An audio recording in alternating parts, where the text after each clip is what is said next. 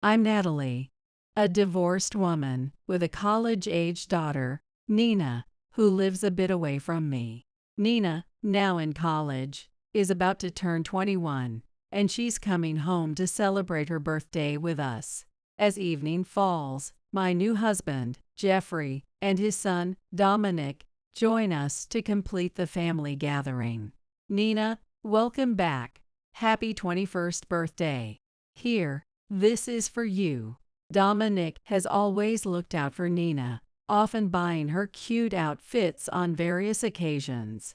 What? Really? Dominic brings a gift bag over to her and hands it to her with a smile. Go on, open it. Nina, though a bit tense, opens the bag. Inside is a stylish, boyish trench coat, just the kind Nina would love. Her face lights up instantly. This is amazing. I'll cherish it. Thank you so much. Dominic looks delighted to see her so happy. The next day, as Nina heads back to her apartment, she's wearing the coat proudly. I guess the next time we'll see you will be for Christmas. You'll come home, right? Yes, that's the plan. Christmas arrives, and I get a message from Nina saying she'll be coming back. I head out to pick her up at the station. Since both Jeffrey and Dominic are busy with work during this season, I go to meet her on my own. I thought for sure Nina would be wearing that coat. The idea made me feel so excited. Soon, I saw Nina coming out of the station entrance, but she wasn't wearing the coat Dominic had given her. Welcome home. What happened to that coat? It's so your style. I thought for sure you'd be wearing it. As I ask, I see Nina's face turn pale. Oh, that coat. Maybe you'll understand if you try wearing it yourself. What do you mean? My ex-husband was a man who neglected his family. He adored Nina, his only daughter, but he was far more dedicated to his career. I can't take it anymore. Let's get divorced. Natalie, what about Nina? What are you planning for her? Of course, I'll take care of her. He was so wrapped up in his work that he was rarely home, always off to business dinners every night. On the rare occasions he did come home, he'd bring colleagues or juniors with him, expecting me to cook for them. And then there were all those business trips where he'd blow through money that should have gone to the household. Our lives were a mess. I grew tired of it all, and that led us to this final conversation. We both have things we could say, but maybe this is just how it has to be. Thank you for everything. Thank you as well. Now a different, challenging chapter is set to begin, but at least my heart feels a sense of calm. Several years have passed since then, and I now find myself at dinner with Jeffrey Evans, a client from the company I currently work for. I had been dating Jeffrey for about a year, and he had met Nina, who was in elementary school at the time, several times. The two of them got along well, often laughing together, sometimes even without me in the conversation. Jeffrey, slightly older than me, is a true gentleman, considerate, attentive, and with a warm smile that lights up the room. That night, we were enjoying a casual conversation, sharing a lovely evening together. Suddenly, Jeffrey's expression grew serious. Jeffrey, is something on your mind? Natalie, there's something I need to ask you. His earnest gaze made my heart skip a beat. Will you marry me? Just moments earlier, there had been no hint of this question, yet the room seemed to hush and brighten all at once. It was my second proposal, and though I was momentarily taken aback, I answered without hesitation, yes. There was no applause from the restaurant patrons, but a few warm smiles and glances from those nearby made me feel both shy and incredibly happy. Oh, thank goodness. I was so worried you'd turn me down. No way. I was just a bit surprised, but I'm thrilled. That's a relief. Proposing doesn't get any easier, does it? Heck no, it really doesn't. My heart's racing just as much. And just as I said that, I could feel my pulse quicken, my heart pounding with joy. A little while later, the day finally came when we'd be living under the same roof. "Hello, I've heard a lot about you from my dad. Sorry it took so long to meet, but from now on, I look forward to being part of the family." Jeffrey has a 20-year-old son, Dominic. Dominic works for a company that has him traveling frequently, so this was the first time we'd actually met. Unlike Jeffrey, who is warm and approachable, Dominic seemed cooler and a bit reserved, with a polite but distant demeanor. "Likewise, it's nice to meet you." "Nice to meet you too, Nina." "Right. No need to be formal. Just relax." Despite his initial distant impression, Dominic's consideration for Nina quickly put my worries at ease. As for me, I hoped we could gradually grow closer over time as a family. But to do that, I realized I needed to understand Dominic better. I decided I'd find the right moment to ask Jeffrey more about Dominic. That night, Nina went to bed early since she had school the next day, and Dominic, with an upcoming business trip, also turned in early. Left alone with Jeffrey, we enjoyed a quiet moment in the dining room over a glass of wine, discussing our hopes for the future. Then I remembered Dominic and decided to ask Jeffrey more about him. Dominic seems like a very polite young man. What was he like growing up? Honestly, not much different from how he is now. But, Jeffrey hesitated, his expression growing solemn before he continued slowly. His mother passed away 3 years ago due to illness.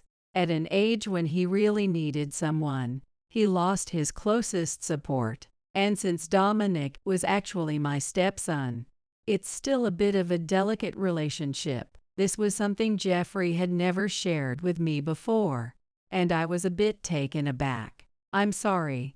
This is something I probably should have told you earlier." "No, it's all right. In fact, that means you and I share a similar situation." "Yes, we do. I need to make an effort to connect with him as well. And now you have me. Let's do our best together." "Thank you." Though the story was difficult to hear, I felt relieved that we could share these private fears and understand each other better. As we settled into our new life as a family, I started to feel a small concern growing in my heart. Dominic and I didn't have much in common, and with his frequent business trips, there were barely any opportunities to talk. At this rate, it felt impossible to truly get to know him. On the other hand, he seemed to be building a good relationship with Nina, bringing her cute outfits with ruffles and ribbons each time he returned from a trip. Nina appreciated his gestures, and the initial awkwardness I felt toward Dominic faded as I saw how much he cared for her. At the same time, I felt a little guilty, knowing he was putting in so much effort for her. He was clearly trying to make this sibling relationship work. However, things started to shift once Nina entered middle school. "Hey, what happened to all those clothes Dominic gave you?" I don't know. They're just a little too cute for me now. Lately, I'm into a more boyish style." Nina's taste in clothes started to become clear once she entered middle school. She began avoiding the cute outfits she used to enjoy, favoring a more tomboyish style. Sure enough, she now wore pants more often than skirts, and her style had shifted from cute to cool.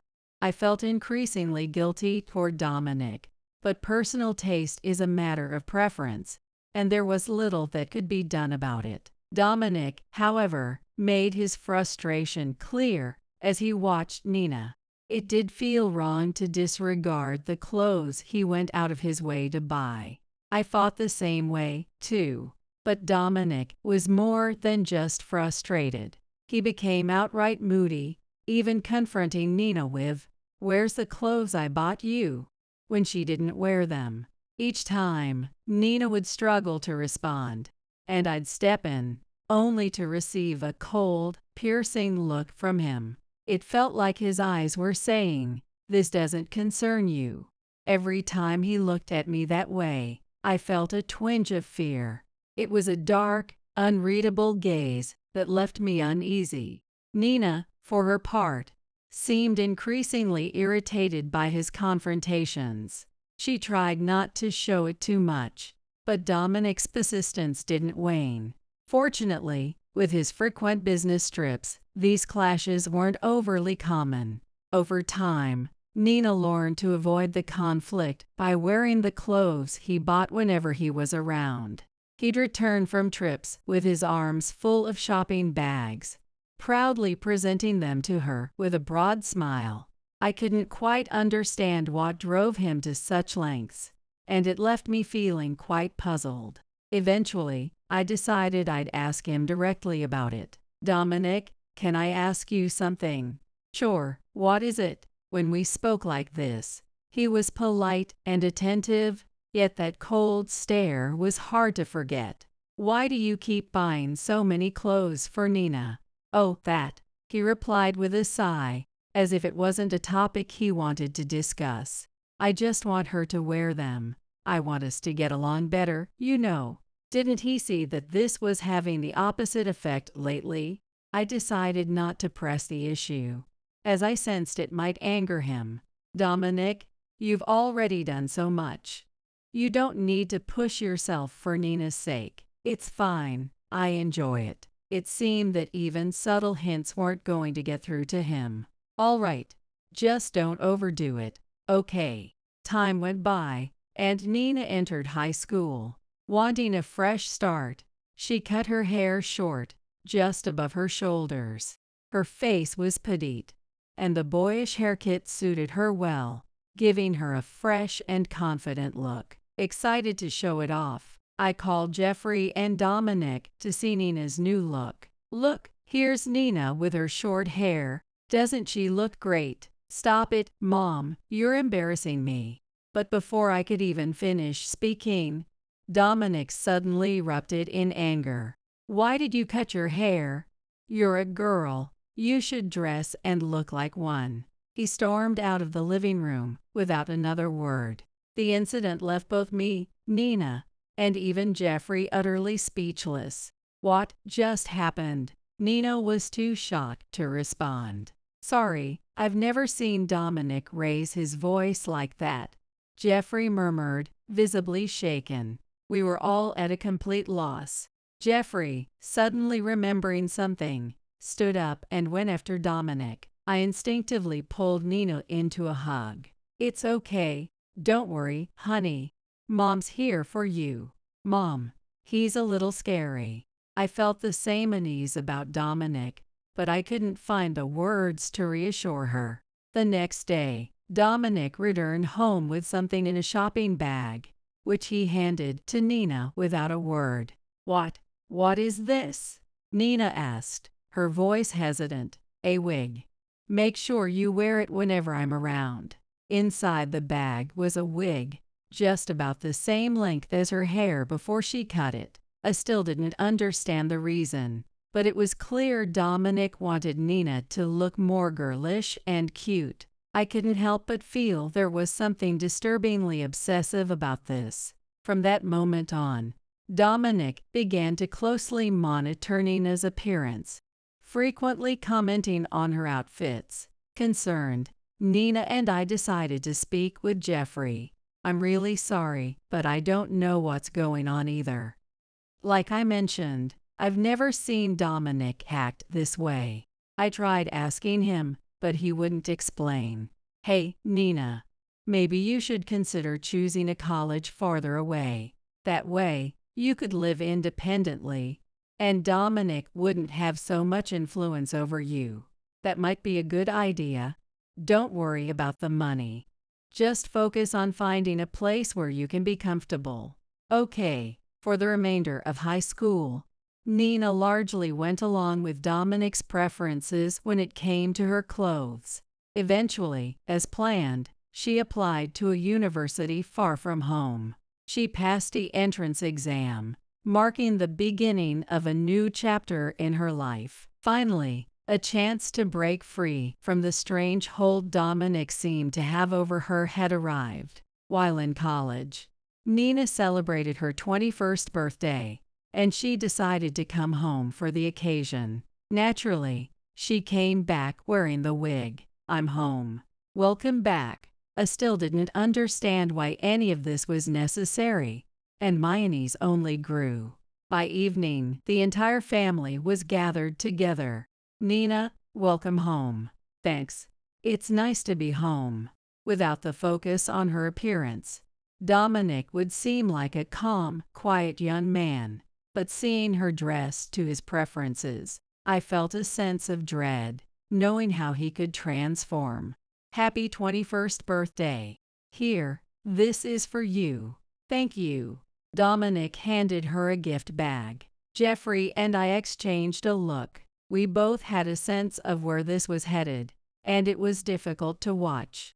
Nina, to her credit, had grown up a bit and no longer showed the same irritation as before, but there was still a hint of fear in her eyes, almost as though she felt a tightness around her throat. "Go on, open it." At this point, it felt like she had no choice but to do as he said.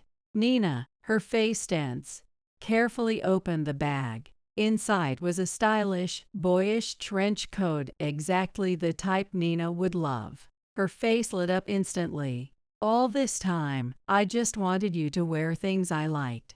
But I realized I was wrong. I got this because I thought you'd really enjoy it." Yes, it's wonderful. I'll cherish it." "Thank you." Dominic looked pleased as he watched her reaction. Seeing this scene, I felt both a sense of relief and nostalgia.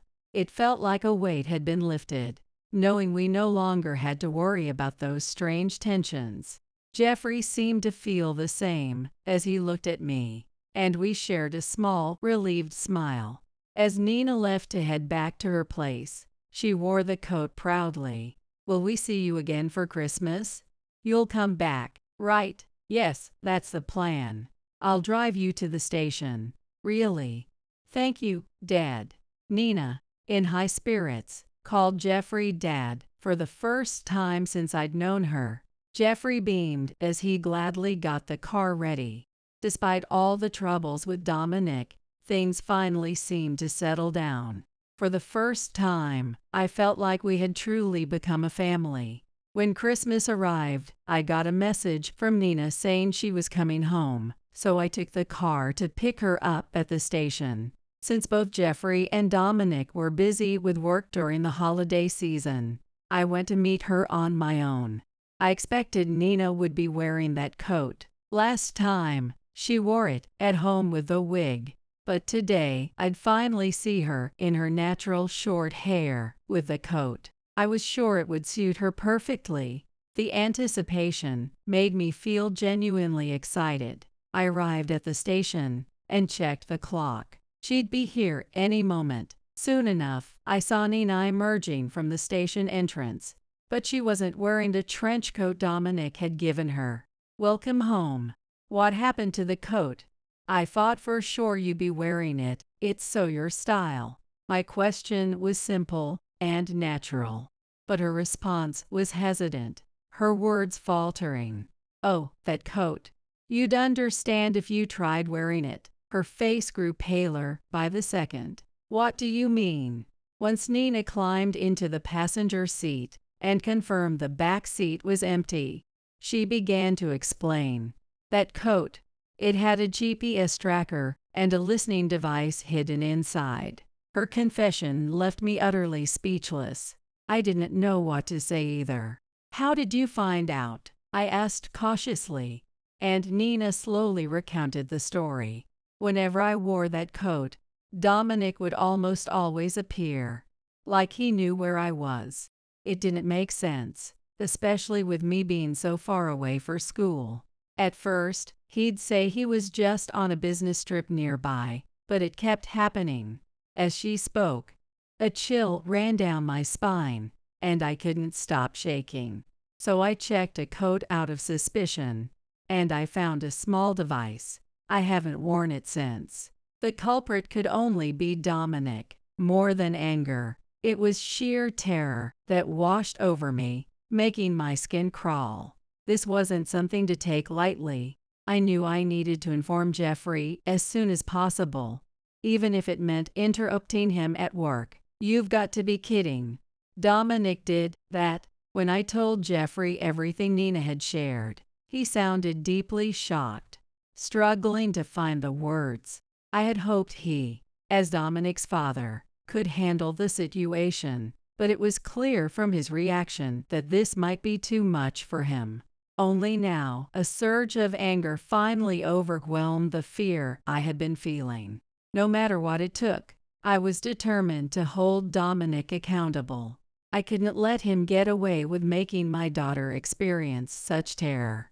Reluctantly, I decided to reach out to someone from my past. What? He did what? As I expected, my ex-husband, who had always doted on Nina, was furious. He had always adored Nina, and it was clear that his feelings hadn't changed even now. I don't know what he was thinking, but he's going to regret making Nina feel that way. Use the coat. If he's tracking her, we can lure him in.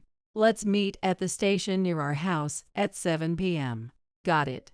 I'll drop everything to be there. A little after 7 p.m. at the station.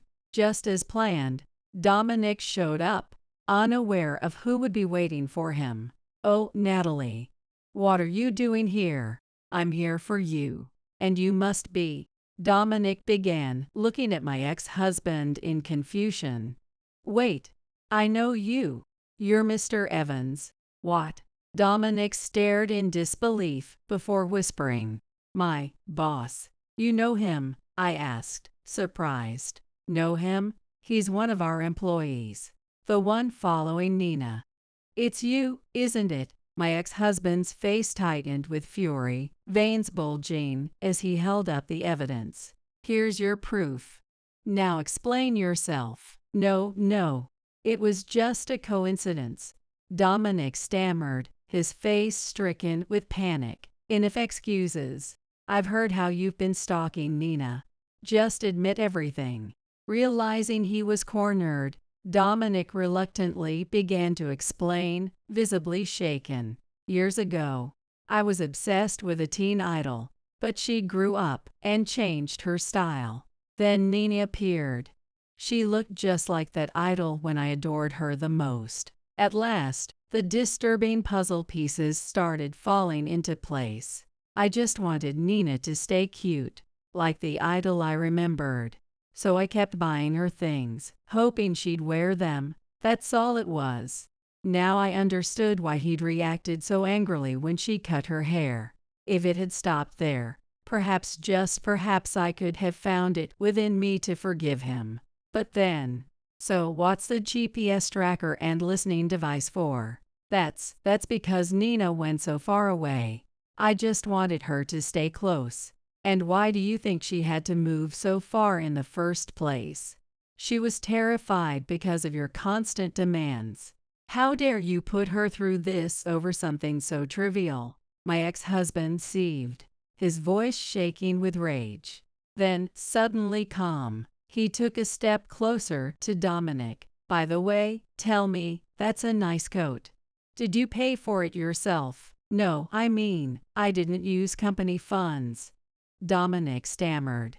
I tilted my head, catching the implication. Oh, no one mentioned anything about missing company funds. So that's your doing too. What's going on? I asked. Exactly what you just heard. There's been talk at work about money going missing, and it looks like we've found our culprit. Following the conversation, it became clear that the trench coat had been bought with embezzled company money. No, I didn't. There's no proof. At this point, I was so exasperated that I had nothing left to say.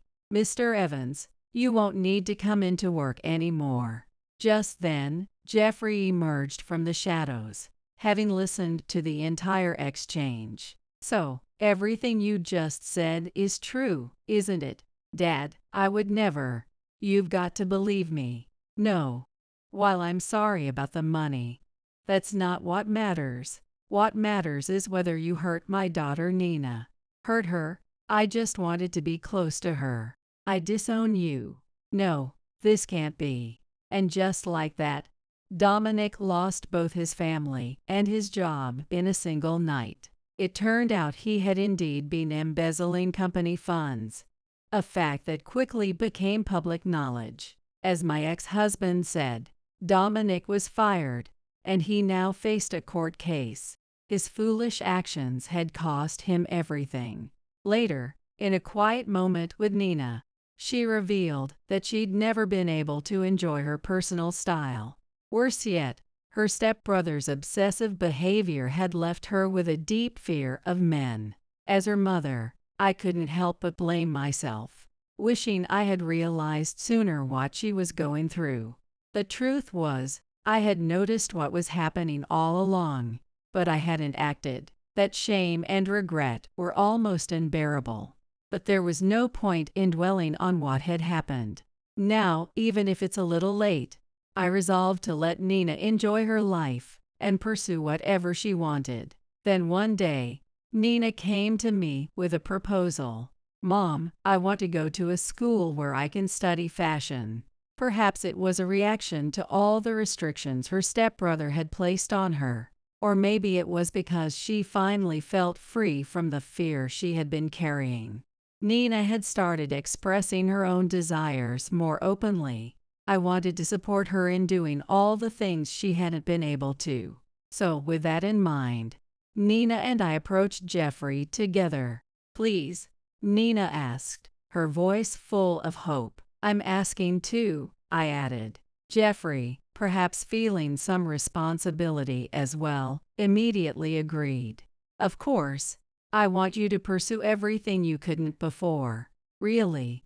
Thank you so much, Dad, Mom." After that, it was as if she'd become a new person. Alongside her college assignments, she threw herself into studying fashion with incredible intensity. Her passion was so inspiring that it even made me consider trying something new myself. With her clothing and hairstyle, she now embraced her preferred cool style, and each day, she looked genuinely happy. Before long, she successfully transferred into her dream fashion design school. More than ever, she was embracing her individuality and beginning to walk her own path. "How about this? Isn't it cool?" she asked one day, showing off her latest look. "Yes, it suits you perfectly. Short hair and a boyish style really are your thing." "Right. I have an amazing sense of style." She laughed. When she talked about fashion, she truly was shining. Maybe you should take over my fashion choices," Jeffrey joked. "I always end up wearing the same things." "Of course. How about we go shopping together soon?" "What, am I left out?" I teased. "Of course not, Mom. You're coming with us." Sometime after transferring to fashion school, I was surprised when Nina told me she had a boyfriend. She described him as someone who respected her individuality, which reassured me even more.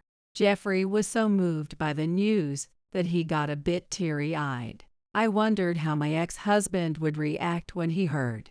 We had faced so many challenges up to this point, and maybe that's why, now more than ever, I hoped from the bottom of my heart that Nina's path ahead would be filled with happiness.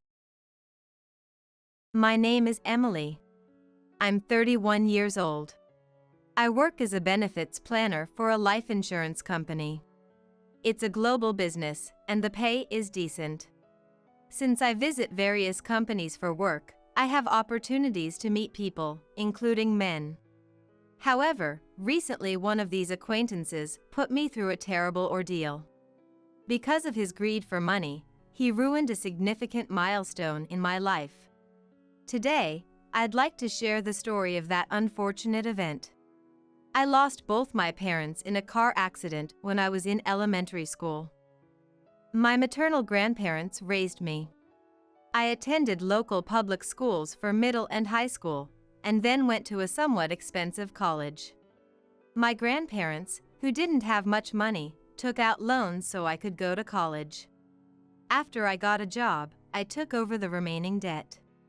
As a result, I was a bit strapped for cash when I met David through a mutual work connection.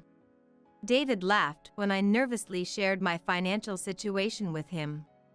"I'm in a similar boat. Still paying off student loans," he said. "So, we're the debt repayment couple, huh?" "Exactly. I'd love to be debt-free as soon as possible." During our time dating, I was incredibly happy with David. We didn't have a lot of disposable income, but every day was fulfilling.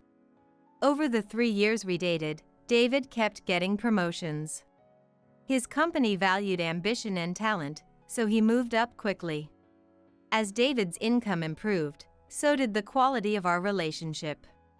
I also picked up the pace on my debt repayment, not wanting to be left behind. David always had kind words for me. "Don't push yourself too hard, Emily. If you collapse, I'll be ruined too. You're the reason I can work hard like this." "Thank you. It's nice to hear that. Don't push yourself too hard either. You're the reason I can keep going too." We supported each other emotionally, helping each other get through our tough daily jobs. Looking back, that period of my life was fulfilling and purposeful. During this high point in our lives, David finally proposed to me. "I want you by my side forever, as partners supporting each other." I'm so happy. Thank you. Likewise, I look forward to our future together. We decided to rent a new condo and move in together. Both of us earning well, I felt our relationship strengthened. That's the vibe I got. This was a little before we actually started living together. I met David's parents. They were thrilled to meet me. According to them, David scored a beautiful and talented woman who graduated from a good university. I remember feeling awkward, yet flattered by their compliments. I didn't have parents, and my grandparents who raised me were already in a nursing home. So, I decided David should meet my high school best friend, Melissa. We met at a cafe near Melissa's condo. "Nice to meet you, I'm David. Happy to finally meet you." "I'm Melissa. Emily told me a lot about you. Please take good care of her, she can be vulnerable at times." Melissa is the same age as me, but she's incredibly stable and reliable. I was always the little sister figure, leaning on her for support. The big turning point came a few months after this initial cafe meeting. And once again, Melissa would come to my aid. In any case, introducing David to my best friend went off without a hitch. David and I then decided it was time to dive into wedding planning. Around the time we began planning, David's work started demanding more of him. Even on days we planned to go dress shopping, urgent calls would come in. "I have to work this weekend. I know it's a big day for us. I'm really sorry." "It's okay. I'll try on the dresses, snap some pictures, and we can pick one later." "Thank you. I'd rather be there in person, but I appreciate the gesture." David was genuinely busy around this time. He was working almost every weekend and even had work trips during the week. I was pretty much planning the wedding by myself, which was exhausting since I had my job too. But all the hard work paid off. The ceremony and the reception exceeded our expectations. My coworkers livened up the party with performances, and Melissa gave a touching speech. My grandparents, who are in a nursing home, sent their blessings through a video message. After waving goodbye to the last of our guests, David and I finally had a moment to relax in the backstage room. I remember David casually checking his phone right after our small talk. The surprised look on his face, David left the table while on the phone. I thought he might be having some work trouble. But little did I know, something was changing behind the scenes. A change big enough to affect both David's and my life. In the backyard of the venue, there was a steep staircase for staff use. In my gown, I had to pass by those stairs to change. The staff were distracted by someone calling from across the hallway. I think it was in that moment when I was off guard. My body flew through the air. Someone screamed. A powerful impact. And a series of intense pain overwhelmed me. I fell down the steep stairs in my gown and lost consciousness. When I came to, I was lying in a hospital bed. Bandages were wrapped around my arms and legs, and I was bruised and scraped all over. No broken bones, just bruises and contusions, and thankfully, my brain activity was normal. The nurse explained that I had fallen down the stairs at the venue. I had no idea how it happened. A few hours later, an even more puzzling event unfolded. David, who had come into my hospital room, suddenly broke up with me. "You're useless to me now. Here's $30,000 as a settlement." What? Wait a minute. What's going on? Explain yourself. "Just lie down and shut up. You'll make your injuries hurt. I told you, you're useless to me now. I've found another woman I love. I'm marrying her." "Sorry, Emily. Are you kidding me? We just had our wedding ceremony. And now this." "But we haven't filed the marriage certificate yet. Was waiting for our anniversary to file the paperwork. Turns out, it was the right call. Never thought this would happen." David looked genuinely happy. He couldn't care less about my injuries or suffering. "I'll give you all the wedding gifts as a get-well-soon present. Bye." Wait, David! David! He didn't hear me. David left, laughing. I cried, clinging to Melissa, who had come to visit me. Tears streaming down my face, I told her everything. Melissa silently patted my head, listening until the end. "It's been so tough. I'm furious that this happened to you, Emily. Focus on healing for now.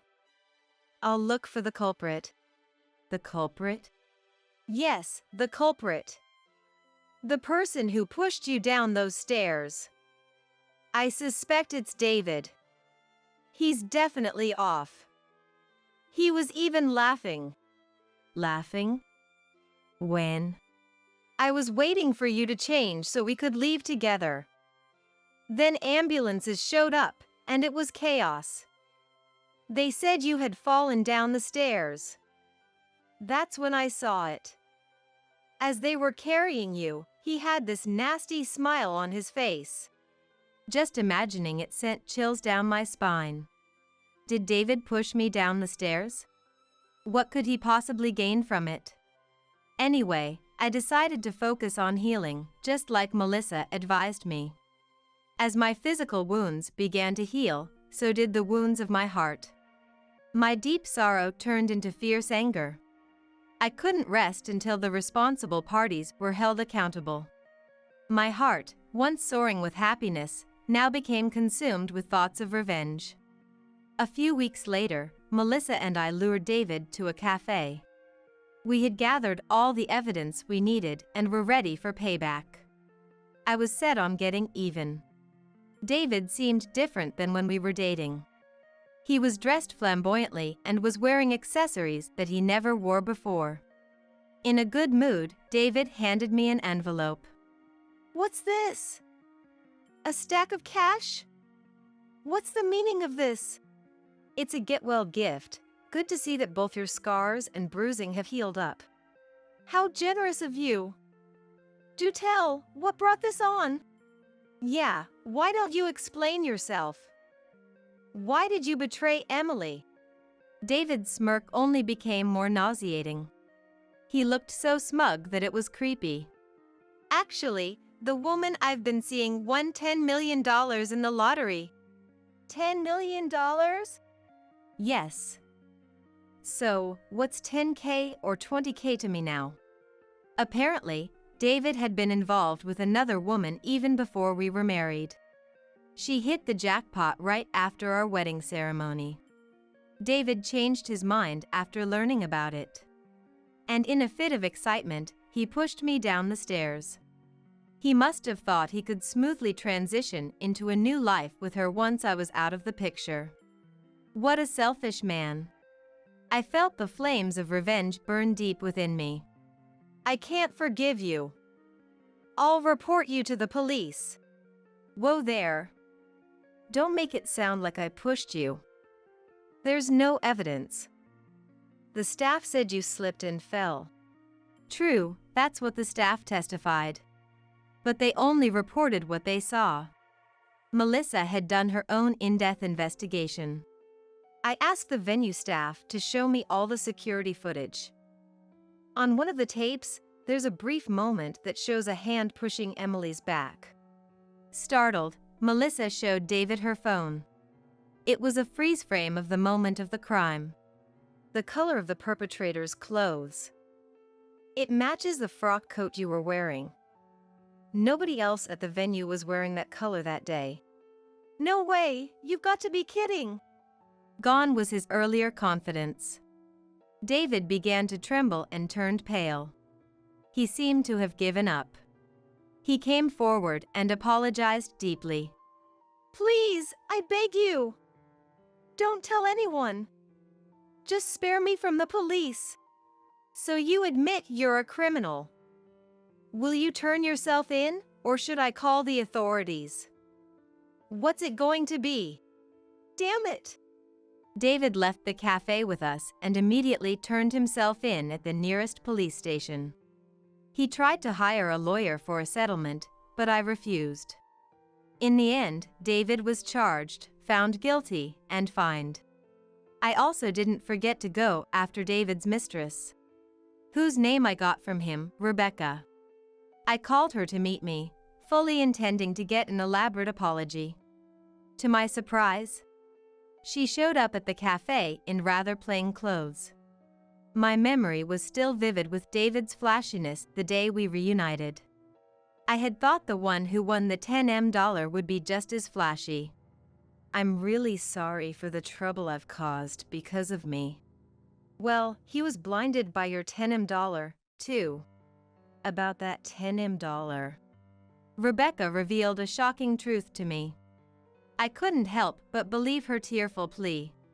She apologized many times. After that, without saying a word to David, she quietly disappeared. Several weeks later, I got a call from David on my mobile phone. He wanted to meet and talk. He seemed pretty desperate. Of course, I understood why. When I met David again, he was much more modestly dressed than before. I can't get in touch with Rebecca. Do you know where she is? Why would I know where your $10 million lady is? Right, yeah. Listen, Emily, I've given you a total of $40K, right? No, actually $60K if we include the compensation. Is that so? I hardly remember. Can you return half of that money? Or even just $10K? No. But I do have some valuable information to gift you. Information? Yes, information that's very important for you. I took out my mobile phone and played a pre-recorded video. David's eyes widened. It was Rebecca. I had recorded her before she left town. David, I have to apologize to you. I'm really sorry. The story about me winning $10M in the lottery was a lie. I lied because I couldn't bear the thought of you marrying someone else. A lie? The whole $10 million story was a lie. I'm truly sorry. I just apologized to Emily as well. I plan to disappear from this town. I can't tell you where I'm going. I'm really sorry for ruining both of your lives. David was stunned, speechless for a long time after the video ended. He looked completely shocked. It wasn't funny when I thought about being in his shoes. Pushing your spouse down the stairs for a non-existent $10,000. Fooled by a lie, impulsively committing a crime, and losing $60,000 including the compensation. Who would want to live their life thinking they're such a pathetic person? Leaving David as he was, head down and immobile, I walked out of the cafe gripping the receipt. That was a few days after our encounter at the cafe. My phone buzzed again. Another call from David. Look, I've come to my senses. I was wrong. Can we start over? You've got some nerve, spouting lines like that. Especially after you messed up a chapter of my life. The real culprit here is Rebecca for lying to me. If she hadn't lied. Hadn't lied? So you wouldn't have pushed me down the stairs, blinded by greed? Cut it out. You were already the worst when you cheated on me. Who would give a man like you a second chance? Those $10 million from Rebecca exposed the real David. In that sense, I could almost thank her for her lie. It saved me from wasting my life on a worthless man. David tried to keep the conversation going, desperate to keep me on the line. It was a pathetic and futile struggle. I ended the call, feeling like I was pushing away someone who was desperately chasing after me. David had quit his job long ago, banking on Rebecca's $10 million lie. Now, it seemed he had to find new work. Melissa told me this as we shared drinks at my place over the weekend. She'd run into David in town and heard it straight from him. He can't get steady work because of his criminal record. Last I saw him, he was delivering food on a bike. So, he's doing delivery? Sounds like gig work. Seems that way. He's doing whatever he can find. Melissa shared some of David's job-hopping history. Traffic control for roadwork, janitorial services, lunchbox factory staff, warehouse worker. He looked worn out, all tanned and sunburned. I told him this is karma for betraying Emily, and he nodded. If he's aware, that's good. I hope he continues to repent for the rest of his life. Would you consider starting over with him if the chance came? No way! A man who'd push a bride down the stairs in her wedding dress? Are you kidding? Melissa and I laughed heartily at that. Even if he threw $10 million my way, I'd still decline. A few days later, David contacted me again. Can you lend me $100? I'm really struggling here. No way. Please, don't contact me again. And no following me. If you do, I'm going to the police. Wait, Emily. I'm really sorry. Don't you dare call me by my first name. I hung up and immediately blocked David's number. If he crosses a line, I have no problem reporting him. My post-David life has been pretty smooth. I got a good settlement, and he even paid for the venue. My grandparents in the nursing home and my coworkers all sympathize with me. Which is to be expected. Anyone would feel sorry for a bride betrayed right after her wedding. But I'm not overly pessimistic about my current situation. My career is thriving, and my personal life is fulfilling. Melissa and I are even thinking of going to a singles event. Having a divorce history isn't going to hold me back. I'm strong enough to make my fall down the stairs a talking point. Life has so much more in store. I'm going to find someone amazing and build a happy home. It was just like any other day when I was called over by my mother-in-law, Hilda, to cut the grass at her house. Nadia is such a nuisance, isn't she? I had just moved to the backyard when I overheard Hilda and my husband, Daniel, talking through the open skylight in the living room. Yay, but everyone at the office sees her as competent, and she's Dad's favorite. She really has no charm at all. I'd be happy if I never had to see her face again. Neither of them seemed to notice me in the backyard, absorbed as they were in their fun of bad-mouthing me. Having lost my parents early, I grew up alone, raised in an orphanage. Daniel, the son of the company's president, accepted me and my background with no hesitation, and we got married. Family is something incredibly special to me, especially as someone who grew up in an institution. I thought I had finally found a place where I truly belonged. But my mind went blank, and I was frozen in place. To make matters worse, it seemed Daniel had a mistress with Hilda's approval. As I listened to their crude laughter, my legs began to lose strength. Just as I sank down onto the ground, I sensed someone behind me. I turned weakly, and there stood my father-in-law, Calvin. He took the sickle from my hands, grinning wickedly. "So, shall we cut off their heads then?" 3 days later. My name is Nadia Thompson. When I was young, my parents divorced, and it was just me and my mom from then on. But when I was in elementary school, my mom was diagnosed with breast cancer. By the time they discovered it, it had already spread throughout her body, and all they could do was palliative care. She passed away in less than 6 months. With no relatives willing to take me in, I ended up alone and was placed in an orphanage where I was raised. I left the facility and started living on my own right after graduating high school, eventually getting a job at a certain company. It was a family-run business with about 100 employees, led by the president, his wife, and their son, Daniel.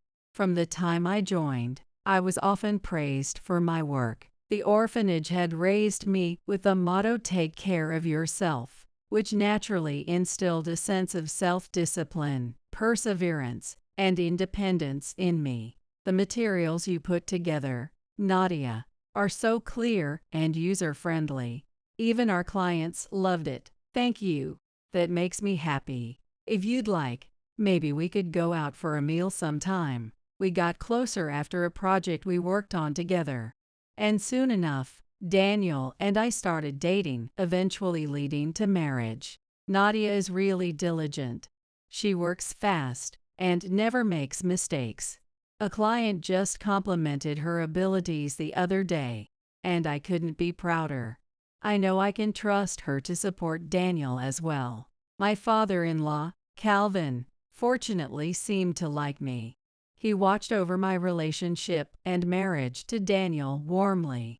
However, the journey to marriage was not all smooth sailing. My mother-in-law, Hilda, was vehemently against our marriage. Nadia, as Daniel's fiancée, she grew up in an orphanage with no parents and only a high school diploma. How shameful! You're the son of the company president, Daniel. Why would you choose someone like her to be the daughter-in-law of this family? When Daniel proposed and informed Hilda of our engagement, she pointed straight at me as she said this, even though I was right there. "And you? Are you trying to seduce our Daniel to take over the company just because you're all alone? Wasn't that your plan from the start?" She didn't hold back when speaking to me, either. Nadia would never think that way. People praise her work ethic.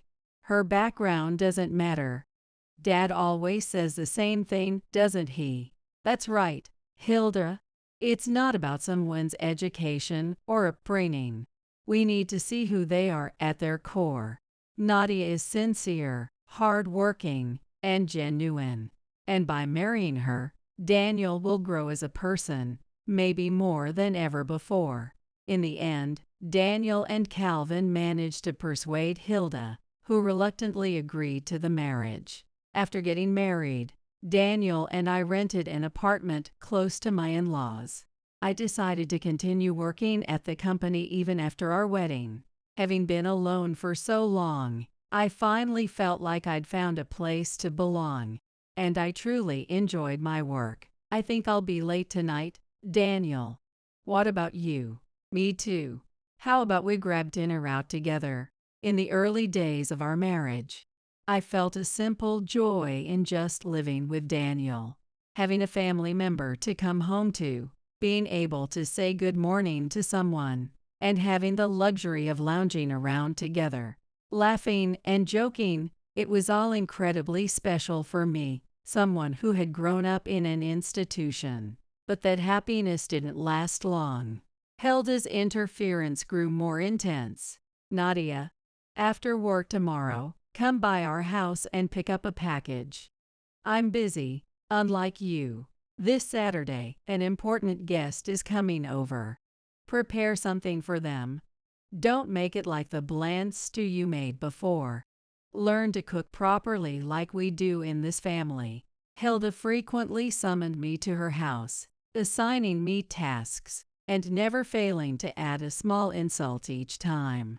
Because of her last-minute demands, I couldn't make plans outside of work, and I gradually lost touch with the friends I'd stayed close with since leaving the institution. Hilda, I actually have plans that day.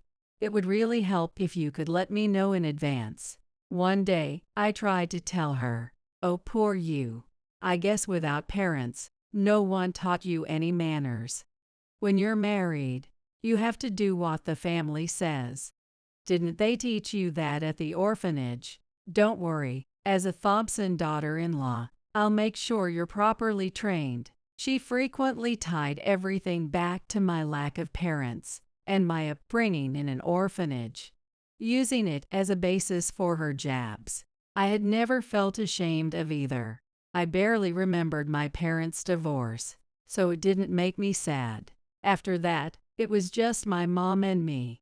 She worked hard to ensure I didn't suffer and gave me all the love she could. While losing my mom was indeed painful, I've come to terms with it over time. Growing up in an orphanage wasn't a traumatic or humiliating experience for me, either. In fact, the teachers and friends I met there are like my second family. They gave me a lot of love and support, and I hold deep gratitude for them. Don't insult my family. There were times when I wanted to shout, but the words never came out. I felt that arguing back wouldn't change anything. I couldn't expect Hilda's values and prejudices to shift just because of a few words from me. Also, considering my position at the company, I couldn't just respond emotionally here. What's more, all of her harassment took place when Calvin wasn't around. As president of the company, Calvin was often busy and frequently away from home, so he likely had no idea about the treatment I was receiving. Daniel, about your mom. I tried to talk to him about Hilda a few times. Mom probably just wants what's best for you, Nadia.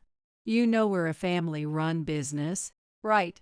It's a hassle if family issues spill over into the company. As the daughter-in-law, you should know how to go along with things. Daniel had no intention of listening to me. His lack of concern for his troubled wife only added to my distress. Yet, memories of the kinder Daniel kept coming back. For so long, I'd never had the courage to share my upbringing with anyone, fearing they'd see me as a burden. But when I mustered the strength to open up to Daniel about not having parents and growing up in an institution, he accepted it so easily, without hesitation. Oh, I see. That's why you're so strong, Nadia. That's amazing. Unlike the pity or apologies I'd received before, comments like "you've been through so much" or "I'm sorry for asking," Daniel's words felt different. No one had ever praised me for it before. His response truly moved me, and I felt that I could finally be part of real family with him. Remembering this, I repeatedly encouraged myself to stay positive, but gradually, Daniel started coming home later, and he increasingly found excuses to go out even on weekends. I didn't work on the management side of the company, but apparently, Daniel had started helping Hilda with that part, using this as an excuse. Hilda continued to pile on tasks every day. I found myself coming home to a dark, empty house, eating alone, and going to bed alone. This was nothing like the family I had dreamed of.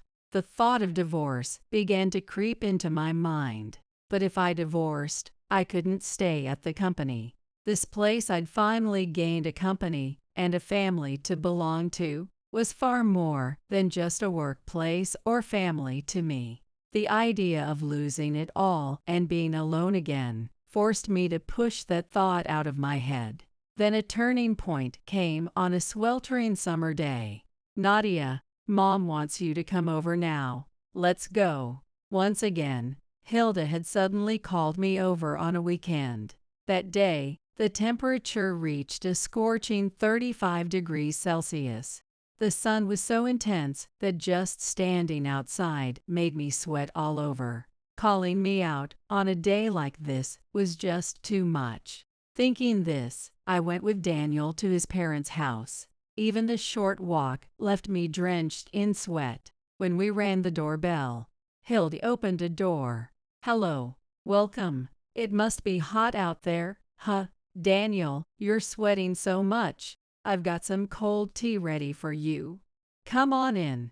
Though Hilda seemed to be welcoming us, her gaze never once met mine, instead focusing solely on Daniel.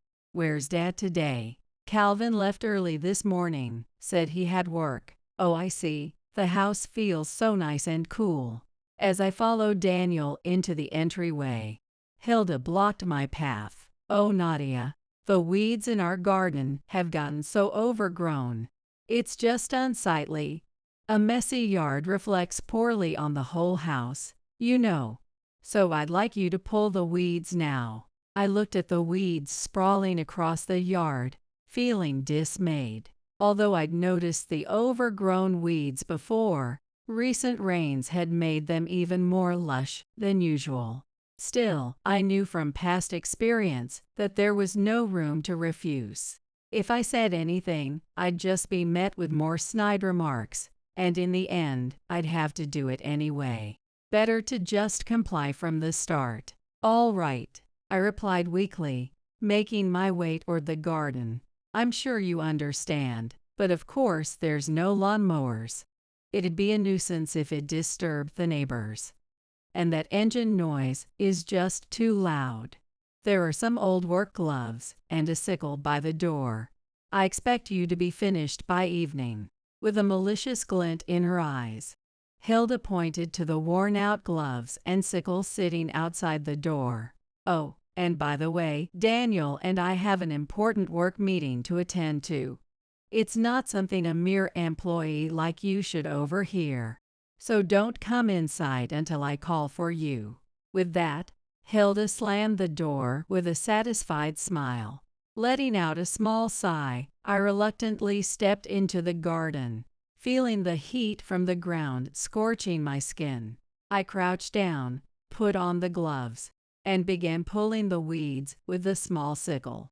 Sweat clung to my back and forehead, the oppressive heat making it hard to breathe. My thirst intensified, but I felt as if Hilda's eyes were on me, so I hesitated to stop and get some water. As the heat began to blur my vision, I continued working. Moving toward the backyard, I heard Hilda and Daniel's voices through an open skylight. "Nadia is such a nuisance, isn't she?" I froze, my heart pounding. I'd heard countless snide remarks before, but the explicit word nuisance cut deeply into my heart. Despite everything, I couldn't help but hold a sliver of hope for Daniel's response. But it was quickly shattered. "Yeah, she might be praised at the company, but here, at home, she's just a burden. She butts into everything I do, and it's really starting to get on my nerves."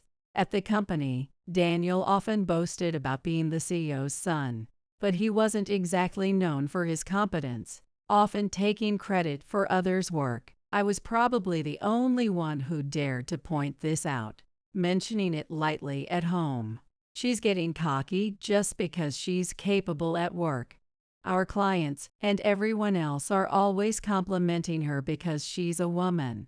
See, that's why I was against the marriage from the start. I guess it's because she grew up without parents in an institution. She's just so greedy. She doesn't have a single ounce of respect for us. Exactly. But since Dad is so fond of her, I can't say much. She's such a hassle. Instead of stopping Hilda, Daniel joined in with more insults, and their complaints escalated. Finally, they went so far as to say something utterly shocking. I just don't understand why Calvin likes Nadia so much. Could they be having an affair or something? Oh, that's rough. She even butts into my work from time to time at home. You know, women need to have some charm. Just seeing Nadia's face at home makes me sigh. She really is such an unappealing girl. If I had one wish, it'd be to never see her face again. Unaware of my presence in the backyard, the two continued their gossip, seemingly enjoying it. I was frozen in place, unable to move. Though I didn't want to hear any more, it was as if my feet were rooted to the ground, and their words pierced my heart without mercy. To be honest, I'd sensed that things hadn't been going well between Daniel and me lately, and there was a growing distance between us. We hardly spent time together at home, and even when we did, there was no enjoyable conversation. Still, I had thought that work was work, and private life was separate. I believed he at least respected my work. The shock of hearing myself dismissed as full of herself, just a woman, Dad's favorite, hit hard. My mind went blank. But the next words brought me sharply back to reality. I wish I could just be with Tracy already. If I'd met her a little sooner, I never would have married Nadia. Oh, absolutely. I'd welcome Tracy with open arms. It's rare to find someone so sweet and cute. The mention of a woman I'd never heard of made me involuntarily gasp. From their conversation, it seemed clear that Daniel was having an affair with someone named Tracy. Not only that, but Hildy also seemed to know this woman well, and even doted on her. When I become CEO, I'll divorce Nadia and kick her out of the company. Then I'll marry Tracy. That's a great idea. Kelvin's getting on in years anyway. Maybe just a few more years, right? Listening to their vulgar laughter as they excitedly envisioned their ideal future, I felt my legs give way. I couldn't tell if it was from the shock or the heat, but I suddenly collapsed onto the ground. Just then, I sensed someone behind me. Weakly, I turned around and saw Calvin standing there. Calvin. At my words, he quickly handed me a sports drink he was holding. Are you all right, Nadia? I'm sorry. I've been here for a while, but I didn't realize you were at your limit. The chilled sports drink soothed my parched throat and body. As I calmed down, I felt my strength returning to my legs, realizing with relief that it hadn't been heat stroke after all. I came back because I forgot something. When I saw you eating in this heat, I was about to tell you, no need to do this on such a hot day. But then I heard Daniel and Hilda's voices, so I stayed and listened. Oh, I see. They said all kinds of things. I'm so embarrassed. What if Calvin, like the other two, thought of me as a nuisance? The fear kept me from looking at his face. However, Calvin took the sickle from my hand and gave me a playful smile. If they're going to talk like that, should we just cut them down? Calvin joked, sliding the sickle in front of his neck in a mock motion. Anyway, Nadia, I think it's time you knew. Let's move somewhere more private. Encouraged by Calvin, I followed him to his car parked in front of the house. The car's air conditioning was a welcome relief, and I felt myself come back to life. Inside, Calvin confided in me about certain matters. I was surprised, but Calvin continued and made a suggestion. What, me? Honestly, I felt confused. No, I'm asking you because you're Nadia. I've been considering this for a while. Calvin looked at me with unwavering eyes, the same man who had always believed in me. Torn, I eventually agreed to his proposal, thinking that this might be my chance to repay him. Following his plan, he drove me home so I could pack my things, and then moved me into a weekly rental apartment Calvin had arranged. After settling into the room, I took a deep breath. Then my phone rang, displaying the name Daniel Thompson. Expecting his call, I slid my finger across the screen with a bit of tension. "Hey, Nadia, where the hell are you?" Daniel sounded irritated. In the background, wandering off somewhere, I could faintly hear Hilda mutter, "I can't tell you right now." Huh? What kind of nerve does it take to just leave without a word? You haven't even finished weeding the yard, have you? Mom is furious. How irresponsible can you be? You're a failure as a daughter-in-law. Daniel's anger came through loud and clear, but I had already decided what I would say next. "Daniel, let's get a divorce." For the first time, I voiced the words that had crossed my mind countless times over the past few months. Huh, divorce? What are you talking about? Daniel's tone shifted from anger to evident anxiety. Just what I said.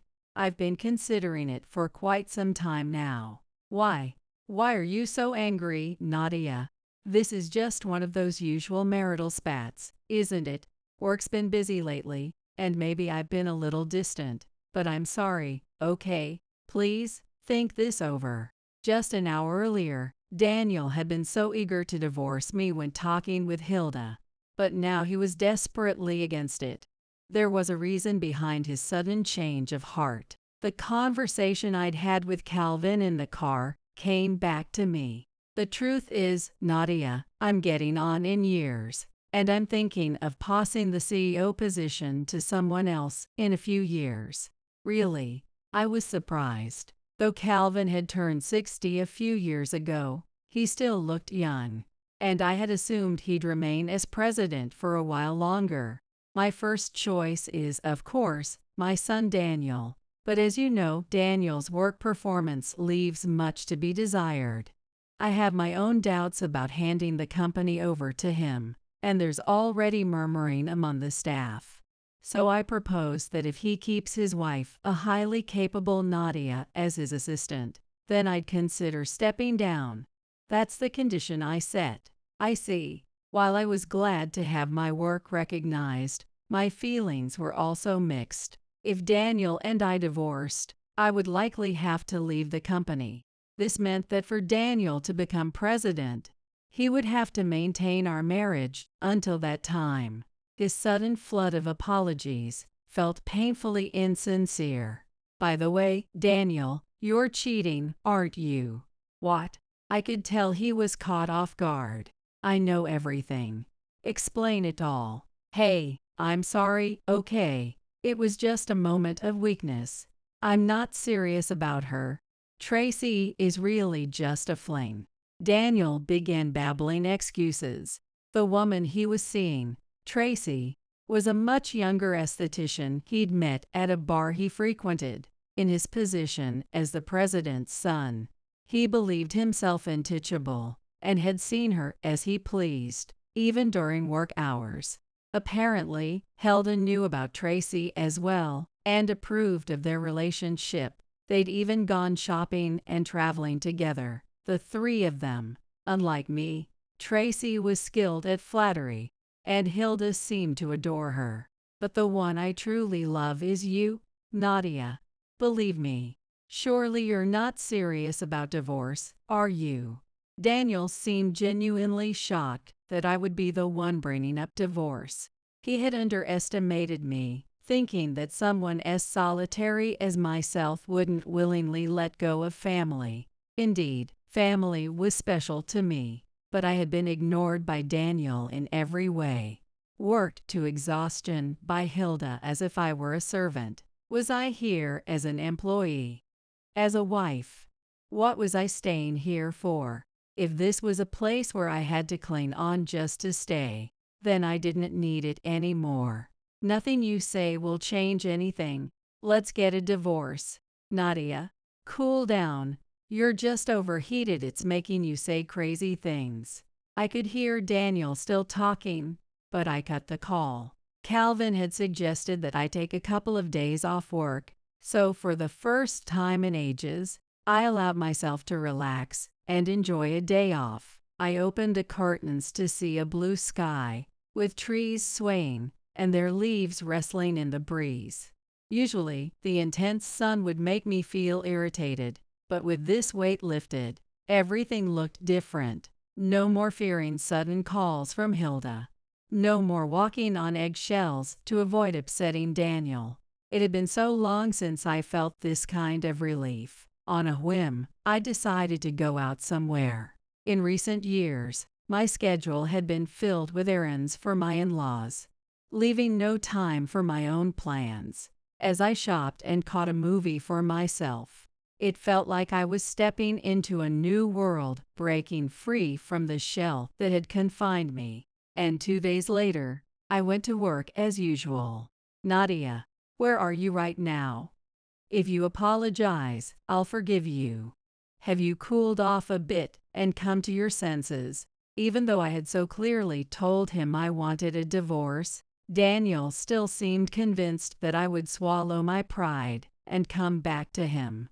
But I knew what was about to happen next. Ignoring Daniel, I focused on catching up on my work. Then, in the early afternoon, I made my way to the meeting room, as planned. The quiet corridor heightened the tension in the air.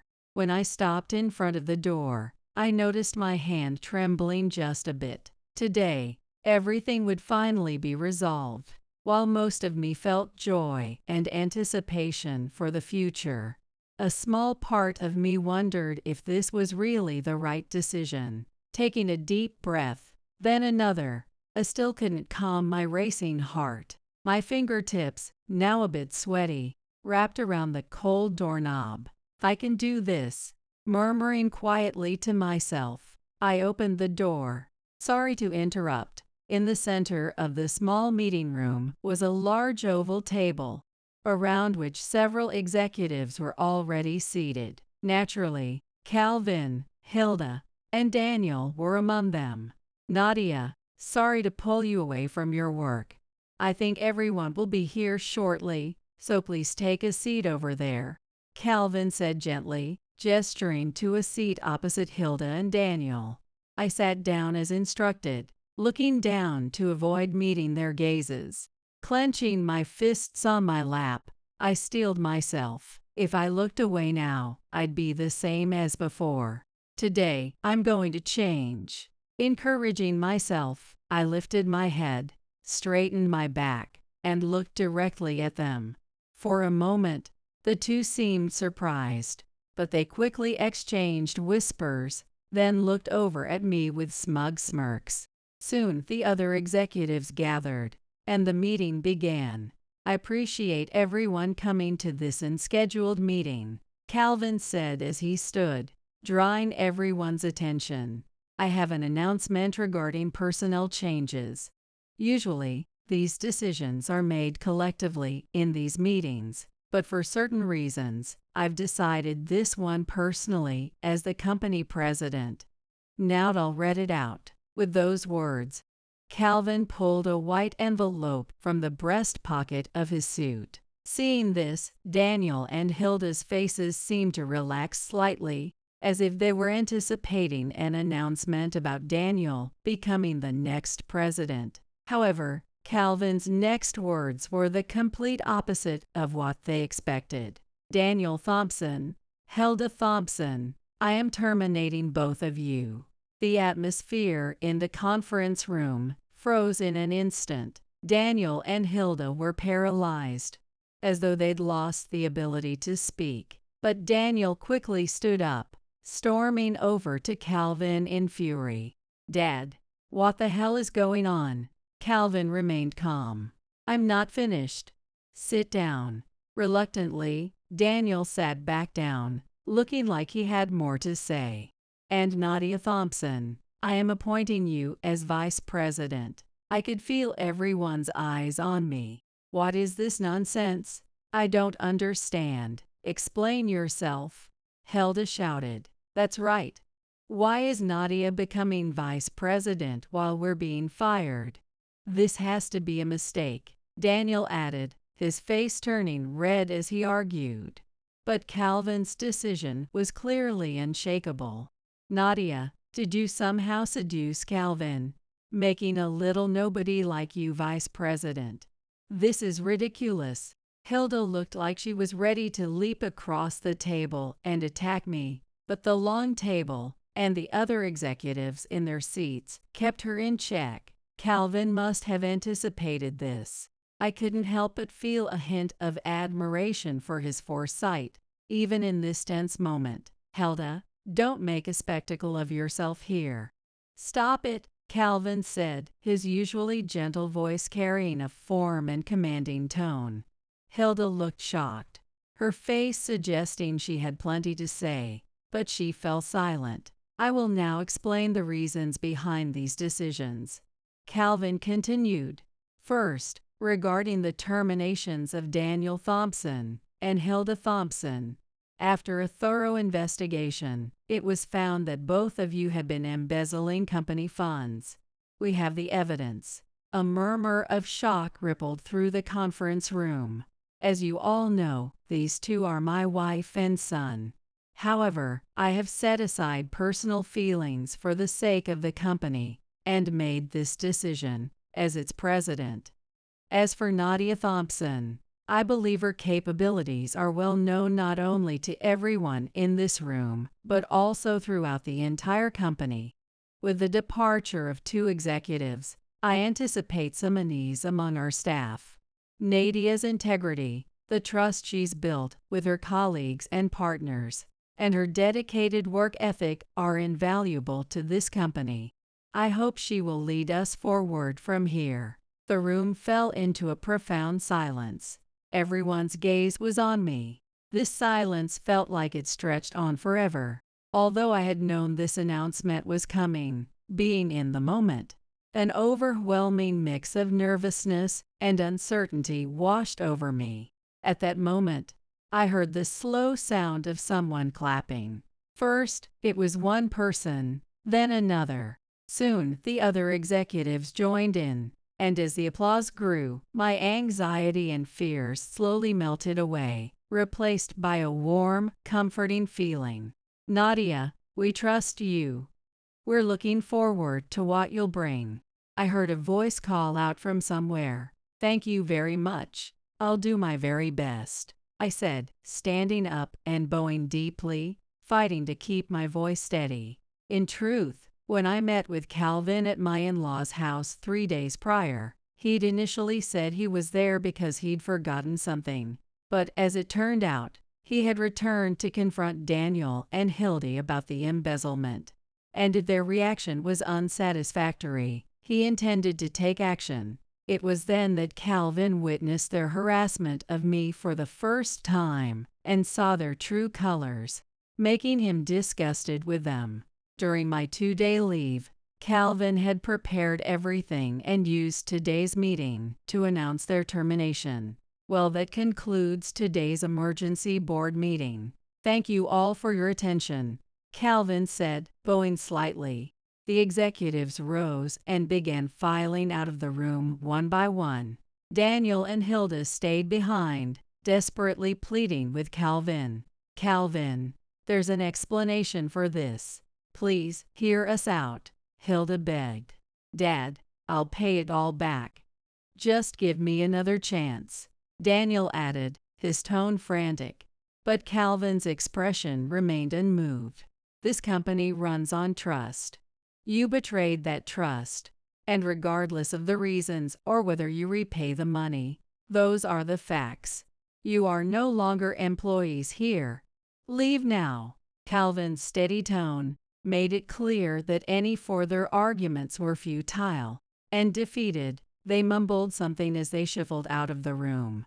Only Calvin and I were left in the conference room. It's all over now, isn't it, Calvin? I said softly. Yes, Nadia, I imagine you'll go through with the divorce from Daniel. I'll need to consider my own next steps as well. Either way, it's clear that we're no longer family. However, that doesn't change the fact that you're a valuable member of this company. I consider all my employees family. Let's keep moving forward together. Yes, sir. I look forward to working with you, I replied with a smile. Shortly after, Daniel and I finalized our divorce. I thought there might be some complications, but Daniel actually seemed eager to expedite the process. I filed for compensation from both him and his mistress, and I heard that Calvin had also divorced Hilda. As for the embezzled funds, Calvin decided not to press charges as long as they reimbursed the money, which was taken from Hilda's share of their assets. A few months later, the compensation was promptly paid, and I was free from any connection to Daniel. My days as vice president kept me busy, yet fulfilled. Then one day, I received a call from Calvin, telling me that Daniel and Hilda had shown up at the company. I rushed to the conference room, wondering what business they could have now after months of silence.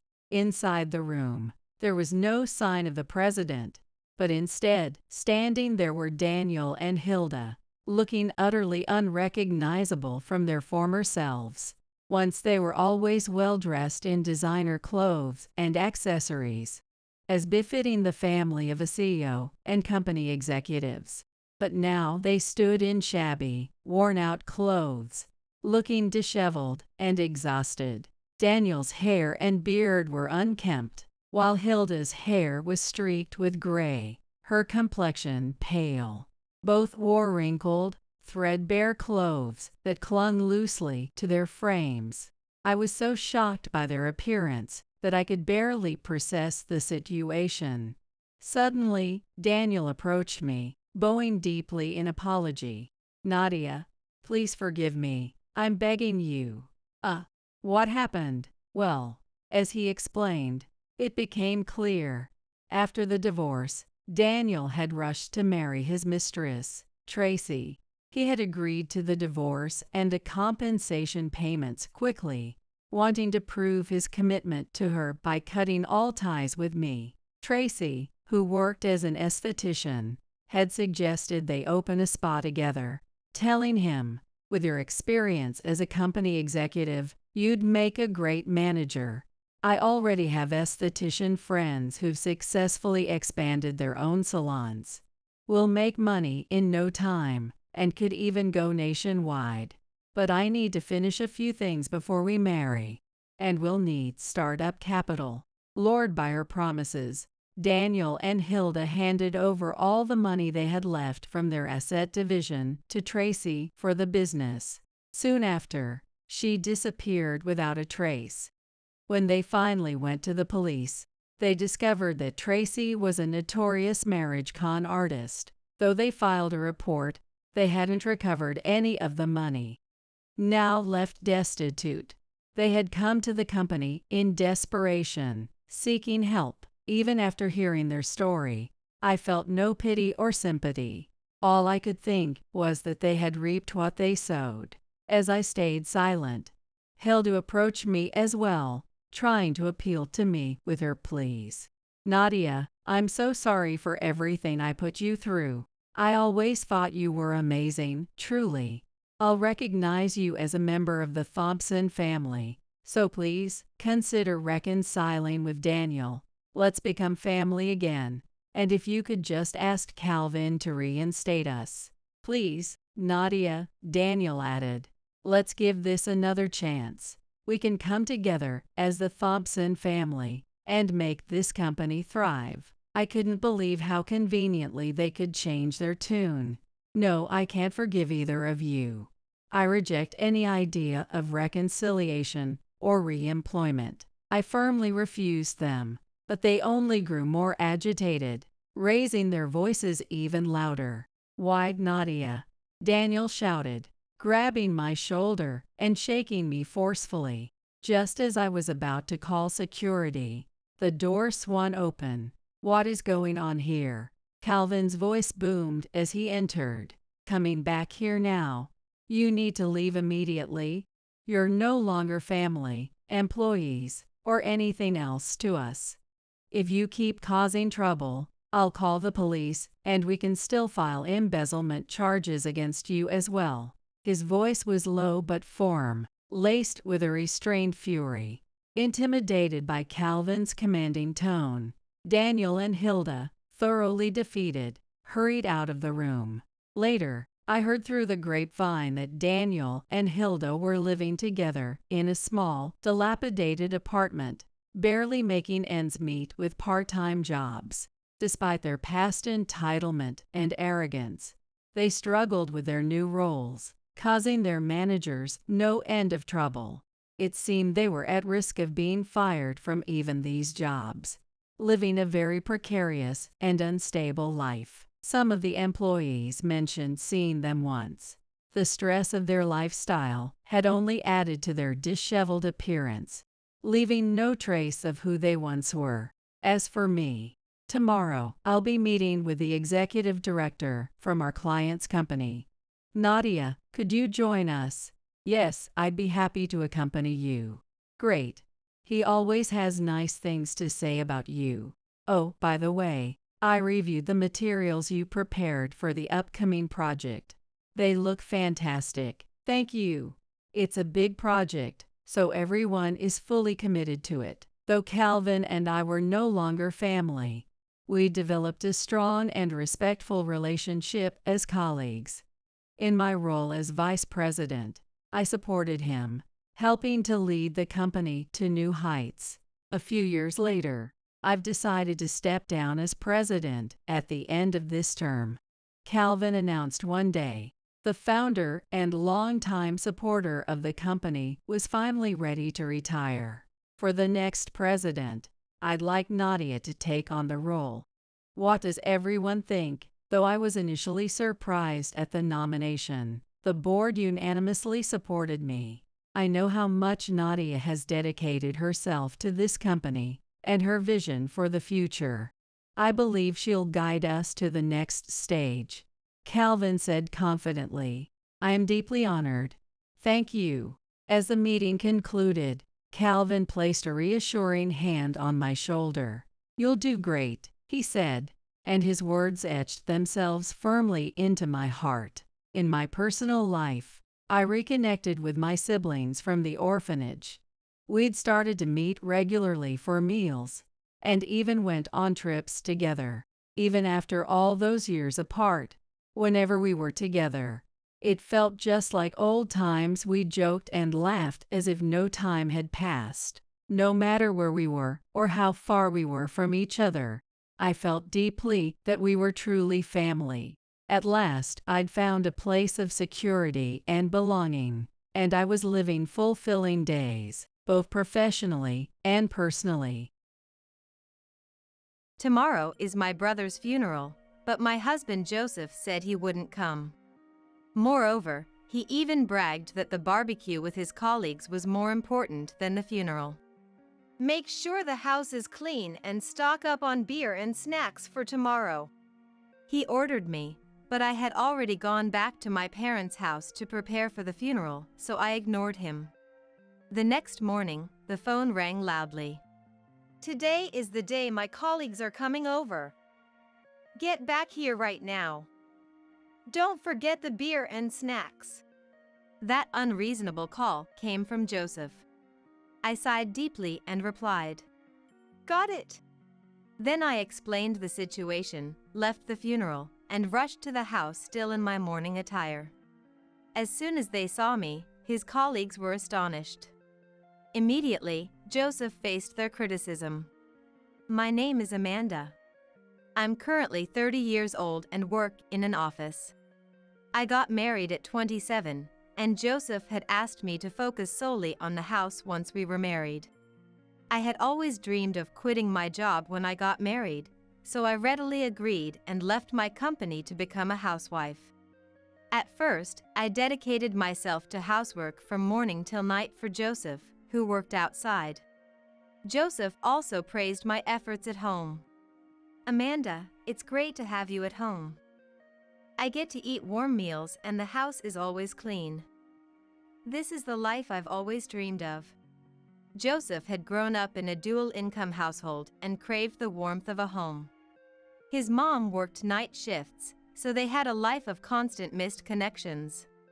He wasn't particularly close to his dad either, so he moved out after graduating high school and getting a job. Someone should always be at home. Seeing Joseph's happy face every day made me want to do my best for him. But that life didn't last long. Shortly after we got married, we built a big house and bought a car, taking on a huge loan. No matter how many times I look over the budget, we're going to go bankrupt like this. I think I should at least get a part-time job. Joseph had asked me to quit and be a housewife, so I did without much thought, but I started feeling it was too soon. Wanting a more comfortable life, I suggested I get a part-time job. What? Are you saying my income alone isn't enough? Sorry for the low salary.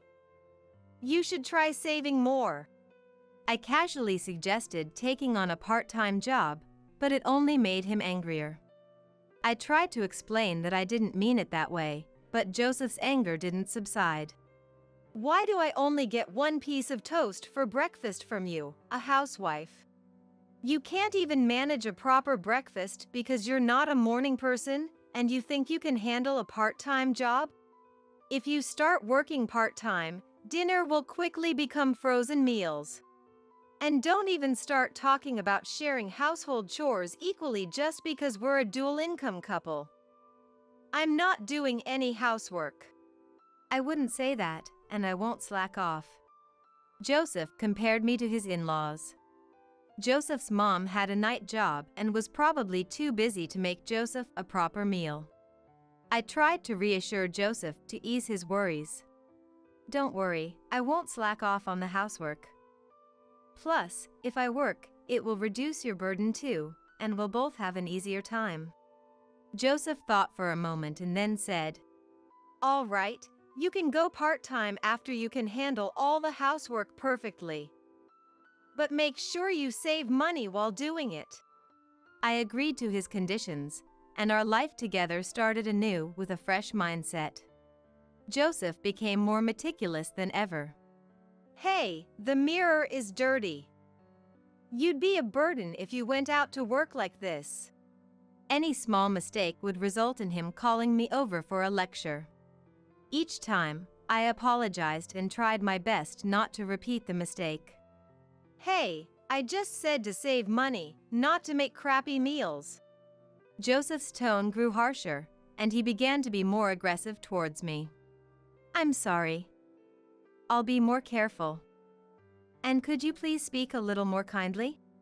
I wanted the kind Joseph from before to return. But my plea backfired. Huh? You're the one who wanted to go part-time, and now you're complaining about how I'm checking up on you? Are you saying you don't want to go part-time after all? How irresponsible. No, that's not it. I just want you to be more mindful of how you say things. I was frustrated that I couldn't convey my feelings to Joseph. Never mind, forget it. Joseph must be tired from work and didn't have the patience to listen to me. I decided to talk about it again another day. If you have something to say, just say it clearly. Don't talk about wanting to work and then behave like a spoiled kid. Joseph scratched his head and ordered. Anyway, we're out of beer. Go buy 3 more bottles. The supermarket should still be open. Wait, we agreed on 1 bottle a day. If I buy more now, we won't be saving any money. I was in charge of managing the household finances and thought we couldn't afford to buy that much beer. Joseph became visibly upset. Huh? Are you saying we can't afford it because my earnings are too low? You just need to get better at saving money. As he pushed me out the door, urging me to hurry and buy the beer, I reluctantly decided to go to the supermarket. From that point on, Joseph seemed to believe that if he ordered me around in a commanding tone, I would obey without question, and his demeanor became increasingly harsh. Hey! He eventually stopped calling me by my name altogether. He probably forgot that I had started working part-time, keeping track of my paychecks. I found myself having to cater to Joseph's moods every day. During this time, I received a call from my parents. It was news that my brother Stephen had passed away. No way! Stephen? My parents, sobbing, begged me to come home immediately. Since it was the middle of the day on a weekday, I called Joseph, but he didn't answer because he was at work. So I left a note and prepared dinner for the evening before leaving the house. When I arrived at the hospital they had mentioned, I rushed to my parents' side and saw Stephen resting peacefully on the bed. In that moment, tears streamed down my face. The reality of Stephen's death hit me all at once, and I cried with my parents. Soon after, we met with the funeral director and began making arrangements for Stephen's wake and funeral. As night fell, we decided to return to my parents' house to rest and prepare for the funeral the next day. When I went back to my room to rest and checked my mobile phone, I found numerous missed calls from Joseph. Joseph had known Stephen, and I was sure he was in disbelief. I assumed Joseph would attend the funeral, so I prepared the details and called him back. "Hello, Joseph? Did you see the note I left?" I spoke in a voice meant to offer comfort, expecting him to be either shocked or crying. To my surprise, he was furious. Hey! What's that all about? I thought he was turning his grief into anger, trying to cope. I gently responded, "Yes, I know it's sudden and shocking. I'm still trying to process it all myself." Before I could finish, Joseph interrupted me. What do you mean, you'll be gone for 2 or 3 days? You better come home every day to do the chores. What? I was stunned by his words. Despite my disbelief and being overwhelmed by Stephen's death, I told Joseph he must come and then ended the call. However, Joseph did not attend the wake. To avoid worrying my parents, I lied and said Joseph was busy but would come to the funeral. Yet, after the wake, he called and said something outrageous. Tomorrow, I promised my coworkers we'd have a barbecue in the afternoon. How am I supposed to invite them to a dirty house? Get back here and clean now. What? Tomorrow is Stephen's funeral. You didn't come to the wake, so please attend the funeral. I was shocked that Joseph ignored what I had written in the note about the funeral. When I mentioned the funeral, Joseph sighed. Really? Building relationships with my coworkers is more important. You're living off me, so you should prioritize household duties over everything. If you don't, I won't be able to advance in my career. Make sure the house is clean and have beer and snacks ready by morning. Without offering any words of sympathy for my loss, Joseph hung up, only thinking of himself. I was deeply disappointed in Joseph's coldness. There was nothing more important to me than Stephen's funeral. I decided to ignore Joseph's orders and did not return home. The next day, I attended the funeral from the morning. My phone kept ringing with calls from Joseph. But I continued to ignore them and focused on mourning Stephen. Then, one of my relatives called out to me. She said my phone had been ringing non-stop in my bag, and I should answer it. Everyone else chimed in, urging me to pick up the call. So, reluctantly, I answered the phone. Right away, Joseph started yelling. Hey! What are you doing? Today's the day your coworkers are coming over. I know, but I'm at a funeral right now. Can you handle it yourself? I pleaded with Joseph to take care of it himself. But he wouldn't listen and insisted that I handle it. I couldn't understand why I should prioritize house chores over the funeral. It made no sense to me. Forget the funeral and come home now to prepare the snacks. And don't forget to buy beer. This argument would continue until I finally agreed. Sighing in frustration, I agreed. All right. Then, with a voice full of exasperation, Joseph said, For heaven's sake, I've got coworkers waiting here. You should have just said that from the beginning. He hung up the phone. His tone made it seem like I was the one being unreasonable, and his selfishness infuriated me. But I pushed my frustration aside and returned to the funeral. I saw that the preparations for the cremation were starting. The staff mentioned it would take about 2 hours, giving me some time. I decided to use this time to rush over to Joseph. Sorry, Mom. I have to go to Joseph's place for a bit, I'll be right back. She asked me what the urgent matter was. I didn't lie and told her the truth. Joseph is having a barbecue with his coworkers and told me to get beer and snacks. I asked him to go himself, but he wouldn't listen.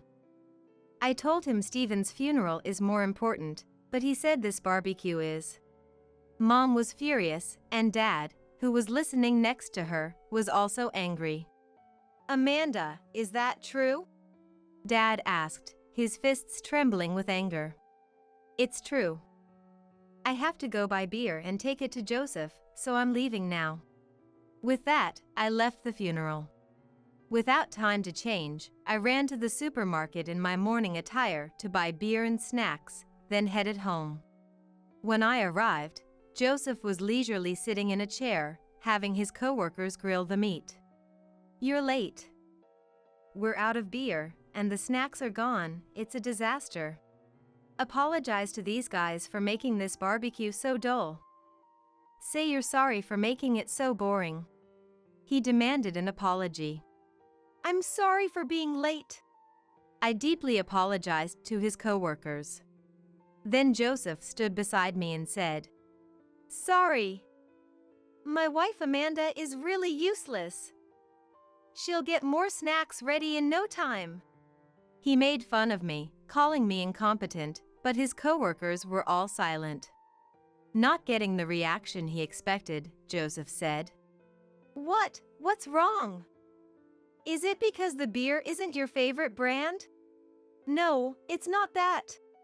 One of his coworkers looked at my outfit and asked, Amanda, is that what I think it is? He pointed at my clothes. I immediately answered the question, slightly looking down.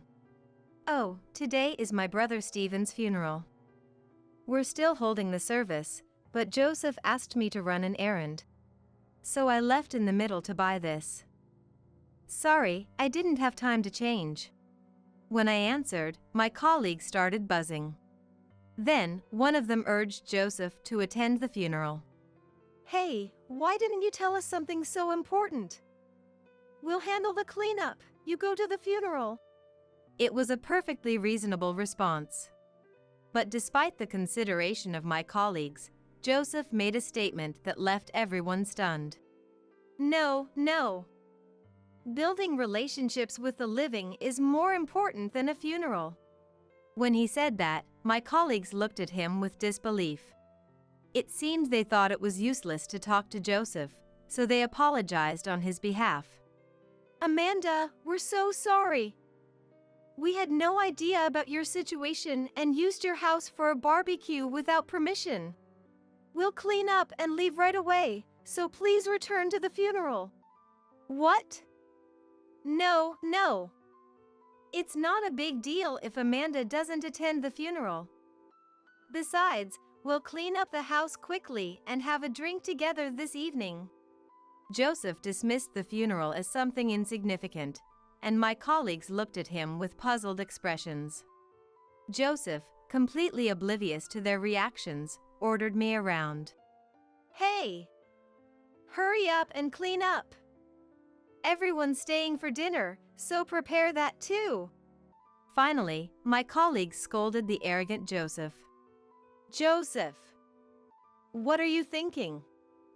Amanda is in the middle of her brother's funeral.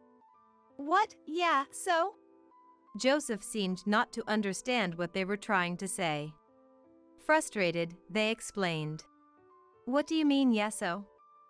I never thought you'd be so heartless. Amanda, you should reconsider your relationship with him. They looked at Joseph with cold eyes. Realizing the seriousness of the situation, Joseph started sweating and making excuses. No, it was a joke. You guys are overreacting. What if this actually leads to a divorce, huh? Joseph laughed, trying to lighten the mood. But it backfired.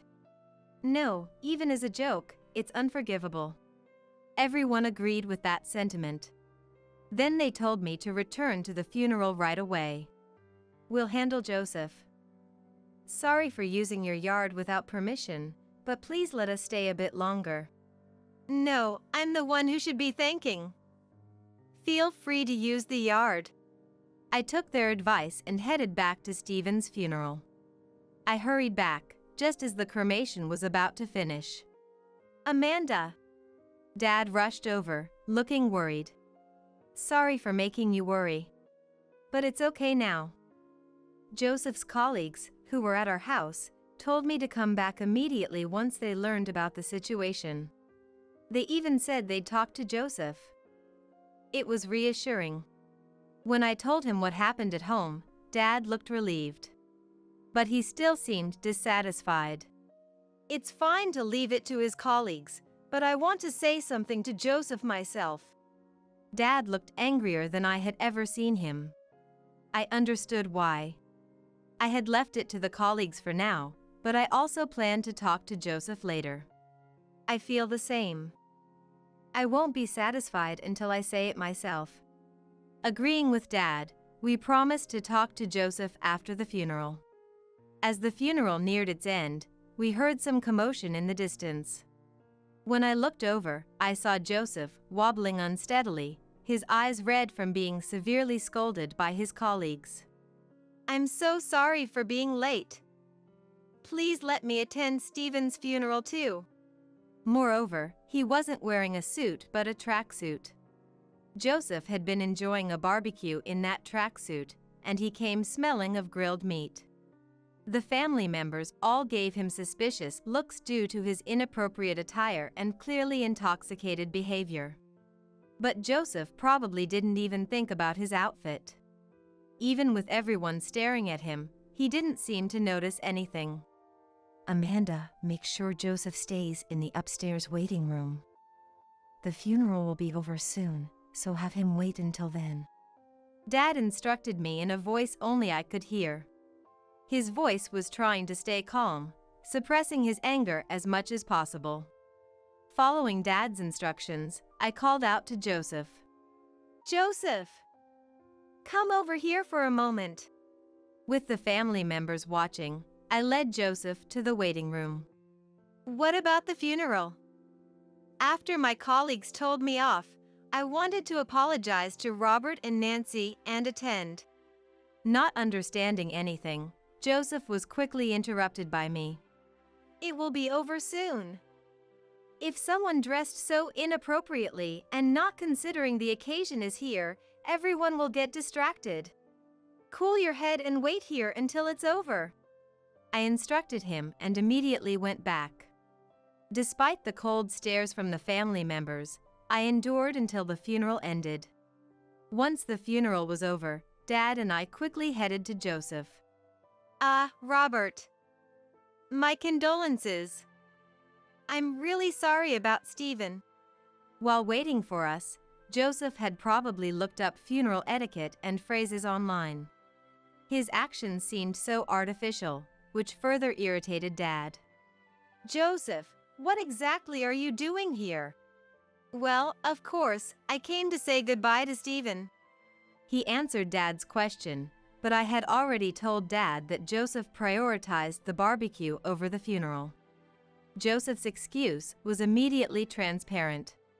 No, you only came because your colleagues scolded you, didn't you? With Dad's sharp question, Joseph became flustered. His demeanor alone was like an admission of guilt, but he desperately tried to cover it up. No, that's not true. It may have ended up that way, but Stephen really helped me a lot, and I wanted to say my final goodbye. Then why didn't you come from the start? After Joseph made his excuse, Dad immediately asked. I wasn't about to side with Joseph, so I supported Dad. That's right. If you really thought that, you should have canceled the barbecue plans. I'm sure your colleagues would have understood, even if you canceled on the day. You can have a barbecue anytime, but today is the last chance to see Stephen. When I said that, Joseph fell silent and looked down. I heard what you said to Amanda. He said that building relationships with the living is more important than a funeral. I couldn't believe it when I heard it. It seems I was mistaken about you. I thought I could entrust Amanda to you, but I was wrong. As he spoke, Joseph started to realize what Dad was getting at. Wait, please, wait. I want you to divorce Amanda. From now on, don't have any more involvement with her. Despite Joseph's attempts to stop him, Dad declared firmly. Please, I'm asking you as well. I can't live with you anymore. Let's get a divorce. Why so suddenly? For Joseph, being asked for a divorce came out of nowhere. But for me, there were more than enough reasons beyond just the funeral incident. Since we got married, I've been forced to do all the housework under your orders, without any freedom. Even when I wanted to work, you wouldn't let me. You tell me to save money, but you're not supportive at all. And to top it off, your behavior at the funeral was so embarrassing. I struggled to keep my anger in check and spoke calmly. Joseph, being asked for a divorce by both me and my dad, seemed to have sobered up completely. He tried to persuade us somehow. Okay. You can go to work. And we don't need to save money anymore. If you work, we'll have more income, so you don't need to save. Yes, I'll allow it. I hate that condescending attitude. I wanted to have a calm discussion, but I had reached my limit. Why do you always have to say you allow or permit things? I'm telling you I hate that, but you're not getting it at all. I've been listening too, and I have to say, Joseph, you haven't been supportive of Amanda at all. I don't think your marriage can be fixed like this. Dad couldn't overlook the unfairness I was facing any longer. He stepped in to back me up. I'm sorry. I'll apologize, just please don't divorce me. When divorce was mentioned, Joseph desperately begged us to reconsider. I had a pretty good idea why he was so against it. You just don't want to handle the housework or pay the car and house loans by yourself, right? When I said that, Joseph's shoulders shook. It seemed I had hit the mark. That house with the big yard, if you neglect it, it'll be overrun with weeds. And because you were so cheap, the vacuum cleaner and washing machine are both terrible. Living alone in that house will be tough, won't it? Speaking slowly and in a low voice about the potential risks, Joseph's face turned pale as he imagined it. Seeing Joseph pale and silent, Dad spoke again. It'll be tough, but hearing about that house makes me even more sure Amanda can't live there. Joseph, write the divorce papers right now. Unable to bear the pressure from both of us, Joseph nodded without even making eye contact. Finally, I was able to divorce Joseph. After leaving the funeral home, I went back to our house to collect my things. Dad waited in the car while I went inside alone. Joseph spoke to me then. Hey, are you divorcing me because Robert said so? If that's the case, let's talk it over again, just the two of us. Actually, I had already talked to Dad about wanting a divorce. He didn't just decide that on his own. Joseph thought it was his chance with Dad not around, but I turned him down. Without further conversation, I calmly packed my things into the car. All right then. I'll submit the divorce papers. With that, Dad drove us back to my parents' house. Dad, thank you for stepping in.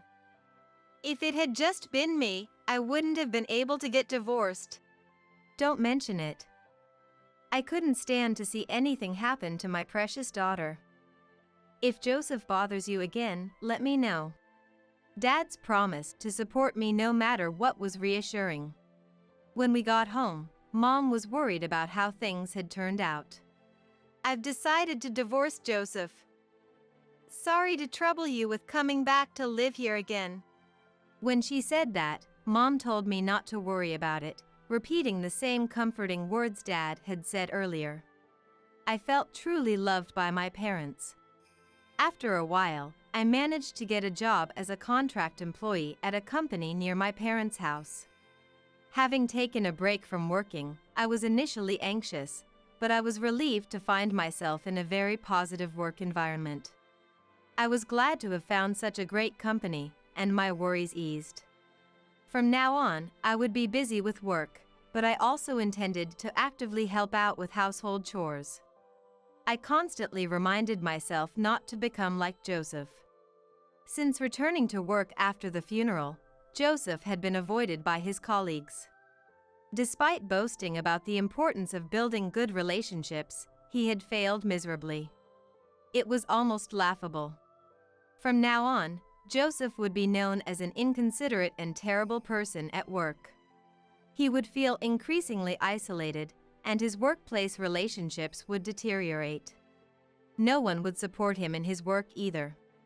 Yet, due to the mortgage on the house and car, he would have to keep working at that job. Joseph would likely spend his days feeling miserable. I laughed heartily, feeling genuinely amused at his misfortune. Forgetting about poor Joseph, I decided to focus on living according to my own will and values. It was my day off, and I decided to invite my mother-in-law, Wendy, for a walk since the weather was so pleasant. As Wendy and I strolled through the neighborhood park, enjoying the warm sunshine, my husband, Scott, suddenly called. "It's terrible, Mom collapsed, apparently." He blurted out, his voice filled with worry. What? Wendy collapsed? I asked, confused. How could that be? Wendy was right here, walking beside me. Yeah, that's why I've decided to go back home for a while to be with her. Scott explained, his tone somber. I see. I replied, still trying to process the situation. While I struggled to make sense of it all, Wendy, who had overheard the conversation, simply smiled and whispered, "Let's keep this between us, okay?" She didn't want Scott to hear her voice. Anyway, I'll be back by next Tuesday. Take care, Scott said hurriedly before ending the call. I couldn't quite grasp what was happening. A few days later, Scott finally returned home. How was Wendy doing? I asked, concern etched on my face. Not too well, it seems. Scott sighed heavily as he sank into the couch, his expression grave. The time we have left with Mom might be limited, he added, his voice barely above a whisper. I understand. I nodded, my heart aching for my husband. Since then, Wendy and I had been in regular contact, making various preparations without Scott's knowledge. Unaware of our secret, Scott muttered, "What a predicament!" as he started fiddling with his smartphone. At that very moment, "Will you marry me?" my boyfriend asked, getting down on one knee in the middle of a fancy restaurant I never could have imagined visiting when I first arrived in New York 5 years ago. Today was the happiest day of my life. I knew in my heart that this was the man I wanted to spend my life with. It was a day I would never forget, a day I made a promise to myself. My name is Angela. I moved to this city after losing both of my parents. Growing up in the countryside, I was always aware of how freely I lived. So, when I first arrived in New York, I was overwhelmed by the towering skyscrapers and the sheer number of people, and I couldn't move for a while, frozen in awe and intimidation. However, having grown up in the countryside, I was unfamiliar with many aspects of city life. In my hometown, we never had the habit of locking the house when going out, and it was common to receive vegetables from neighbors rather than buying them ourselves. Of course, working in a company was also a new experience for me, and I made countless mistakes at first. Angela, what kind of job did you have initially? Scott asked as we enjoyed the lavish meal before us. I worked as a clerk in a commercial company. There weren't many places willing to hire me. I replied, reminiscing about my early days in New York with my boyfriend, no, my now fiancé. Why did you switch to working at the library? Were you having trouble with your coworkers? He inquired, genuinely curious. No, everyone got along fairly well. It's just that the company had incredibly long working hours. I explained, recalling the exhausting schedule. That makes sense. Coming to New York so suddenly, you wouldn't have known which companies were risky. Scott nodded understandingly. Exactly. And at the time, I didn't even realize that the company was operating illegally. I was just being used for their convenience, but I thought that was the norm in the city. It's scary how you can get used to things like that. I confessed, reflecting on my naivety. Back then, I was desperate for any job that would hire me. With moving expenses and funeral costs, my savings were nearly depleted, and I needed to start earning money as soon as possible. Compared to my hometown, salaries in New York were higher across the board, and with the frequent subway services, I thought I'd never have trouble getting home. But reality wasn't so kind. The company I finally managed to get hired at required me to start work with the first train and leave with the last one every day. We only had a 30-minute lunch break, and going out during work hours was strictly prohibited. I was saving money, but I had no time to spend it. At first, I genuinely believed that this was normal. That must have been tough. But what made you decide to become a librarian? Scott asked, his eyes filled with empathy. I had actually gotten my librarian certification in college. But when I first came to New York, I gave up on the idea because the libraries were too far away. Eventually, I made the bold decision to quit my job, move to a new place, and managed to find employment at a library. I explained, remembering the turning point in my life. Was there a specific reason that made you quit? One day, I saw a person crouched in front of an eye clinic. I helped them get to the station, but it made me late for work. My boss was furious. I recounted, the memory still vivid in my mind. He yelled at me for about 3 hours, not just for being late but also for always working slowly and dressing sloppily, as if venting all his pent-up stress on me. The look on his face that day was so traumatic, I can never forget it. What? You were just trying to help someone, and they treated you like that? Scott exclaimed, outraged on my behalf. Yeah. That's when I realized the company was terrible, and I submitted my resignation letter that very day. I said, still proud of my decision. Your ability to take action is amazing. That's one of the things I admire about you. Thanks to that, we were able to meet each other. I'm so grateful. Scott smiled, his eyes full of love and appreciation. That's true. I hope that person I helped is doing well. I mused, thinking back to that fateful encounter. From the day I changed jobs and started working at the library, my life transformed dramatically. I had proper days off and could even take vacations. My colleagues were incredibly kind and patiently taught me the ropes, even though I was a newcomer. The salary was lower than my previous company, but being surrounded by the books I loved and finding fulfillment in my work brought me immense joy. After a few dates, we officially became a couple. I'm filled with gratitude for the books that brought us together. Oh, by the way, I'd like to go and give Mom the news soon. Do you have any free days coming up?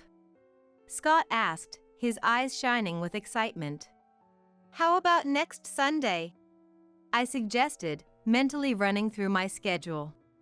Okay. I'll let Mom know then. She can be a bit strict, but she's not a bad person. I'm sure she'll accept you, Angela. No need to be nervous. He reassured me, sensing my apprehension. Thanks. Let me know what Wendy likes so I can get her something nice, I said, wanting to make a good first impression. Sure. Let's go shopping together. Maybe you could gift her a book you recommend? Scott proposed, always thoughtful. That's a great idea. I agreed, feeling grateful for his support. We continued our light-hearted conversation as more dishes were served. The food was delicious, of course, and the wine was so good that I accidentally drank a little too much. But I'll never forget the signed marriage license Scott handed me at the end of the night. It filled me with so much joy. I wished every day could be like this forever. A few days later, it was time to visit Wendy's house. I was a little nervous, as it was our first meeting. I woke up earlier than usual and took extra care with my appearance. Welcome. Thank you both for coming all this way. Wendy greeted us warmly as we entered her home. Thanks, Mom. This is my wife, Angela. Scott introduced me, his hand resting gently on the small of my back. It's a pleasure to meet you, Wendy. I look forward to getting to know you better, I said sincerely, wanting to start off on the right foot. As we settled in, Wendy, who seemed kind, began making small talk. So, Angela, what do you do for work?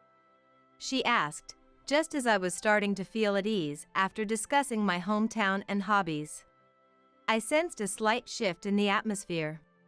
She works as a librarian, Scott answered proudly. Oh, a librarian? Wendy's tone held a hint of surprise. Is something wrong? He asked, picking up on her reaction. No, of course not.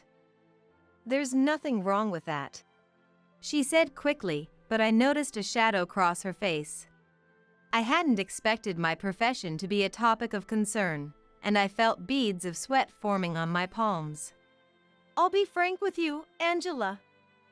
You know, the cost of living in New York is quite high, right? That's why I'm a little worried about your financial situation. Is this really the career you want to pursue? Wendy questioned, her words sharp but tinged with apology. I understood her worries. When thinking about the future, it made sense that she would prefer her son's wife to have a higher-paying job.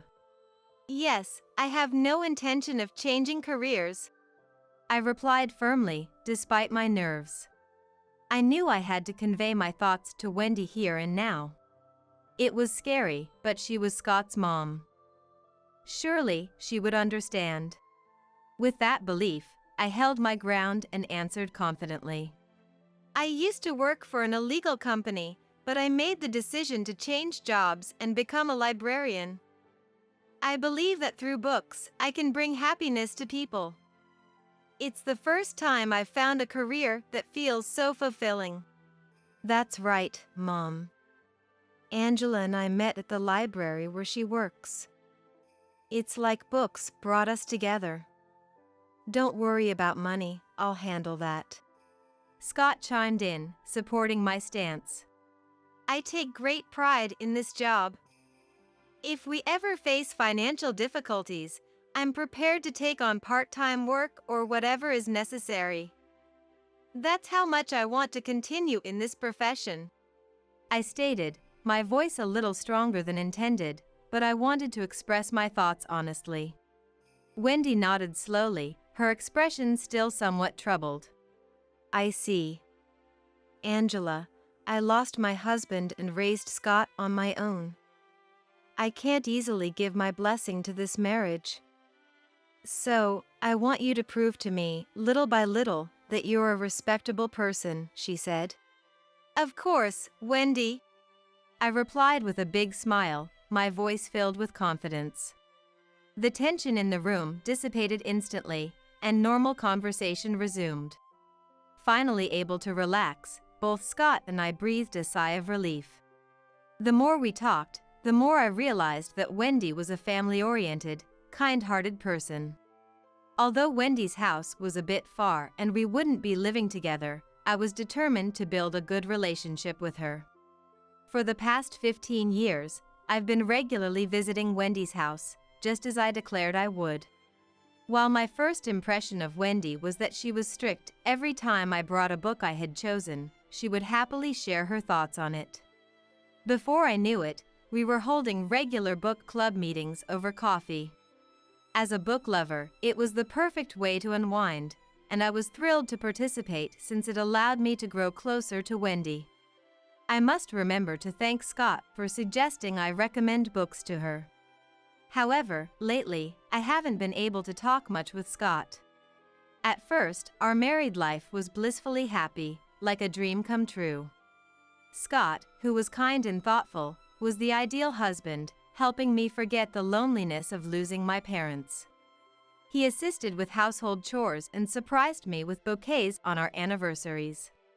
Every day was filled with joy, but in recent years, there's no trace of that anymore. It's natural for the initial freshness to fade after so many years, but Scott's slovenly side has become more noticeable. We used to do laundry and housework together, but now he leaves everything to me. He doesn't even put clothes in the washing machine properly, and his socks are always inside out. When I pointed out, it's a hassle. If you have a problem with it, do it yourself, he said. He stopped cleaning up his own dishes, refuses to improve his eating habits despite the doctor's warnings, and complains about the healthy meals I prepare. Scott, don't you think your attitude is a bit too cold? I sigh, looking at the leftover food on his plate today. It's a menu I designed specifically for him, as he's prone to iron and calcium deficiencies. He used to praise my cooking, saying it was delicious, but now... Really? He replied, sounding disinterested. You come home late, and you don't even eat the meals I prepare properly. I pointed out, my frustration growing. What are you trying to say? He asked, his tone defensive. Do you think I'm your housekeeper or something? I questioned, lowering my voice a little. In the beginning, he used to say that as a married couple, it was only natural for us to do household chores together, but now he does nothing. Yet, if there's a day when I don't make dinner, he gets angry and storms out. Having to do housework while constantly worrying about Scott's mood was becoming quite stressful. I was fed up with it. I don't think that at all, he claimed. Then what's with your attitude lately? I'm not your maid, you know, I retorted. You think I see you that way? That's ridiculous. I'm trying to show you affection, but if you can't see that, then fine, he said, his words dripping with exasperation. Affection? I don't feel that from you at all, I shot back. What about you? It's because of my salary that you get to live in such a nice house, isn't it? Stop complaining, he snapped before retreating to his room. I sank to my knees, taking deep breaths to try and suppress the emotions welling up inside me. This kind of thing happens over and over again. Whenever I point something out, he twists the conversation to make it seem like I'm the one at fault. We don't even sleep in the same bed anymore. Swallowing the word painful, I start cleaning up the leftover food. I wish my exhaustion could flow away with the running water. With that thought in mind, I washed the dishes alone, feeling utterly lonely. A few days later. It was a weekday, but the library was closed, so I had the day off. The weather was nice, so I decided to visit Wendy's house and invite her for a walk. Wendy agreed, and as we strolled through a nearby park, enjoying the pleasant sunshine, my phone rang. It was Scott. "It's terrible.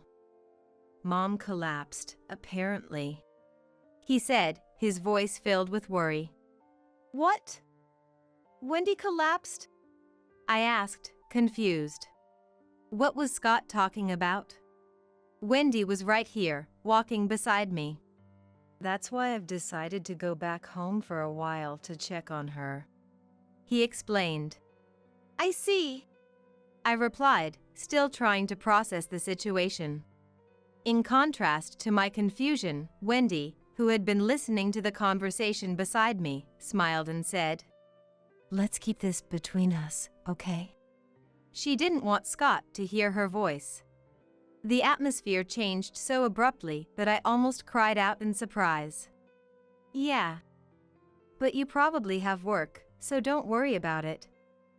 Phone calls and stuff might stress Mom out, so you don't need to make any," Scott said. "But don't you have work too, Scott?" I asked. "This is an emergency with Mom. Of course I'm going to take time off to go see her," he replied, as if it were obvious. "I see. When will you be back home?" I inquired. "For now, I'll be back by Tuesday night next week. Anyway, I gotta go," he said hurriedly before ending the call. I clutched my smartphone tightly, staring at the ground. As I stood there in a daze, Wendy placed her hand over mine. I'm sorry, Angela. Can you leave the rest to me? She asked gently. My heart had been pounding loudly the whole time, but Wendy's words calmed me down a little, and I went home as she instructed. From then on, I kept in regular contact with Wendy as we made various preparations. Days passed, and on Tuesday night, Scott returned home, just as he had declared. "I'm home," he announced. "Welcome back. How was Wendy doing?" I asked. "Not too well, it seems. I might have to go check on her every now and then. So there might be more days when I can't come home." "What? Really?" Scott said, his expression grave as he sank into the couch. I responded, my voice and face showing an exaggerated level of surprise. "The time I have left with Mom might be limited, and I want to cherish it. You understand, right?" he asked. "Of course, and actually, I'll come with you," I offered. "No, I want it to be just the two of us. It's our last time together as a family.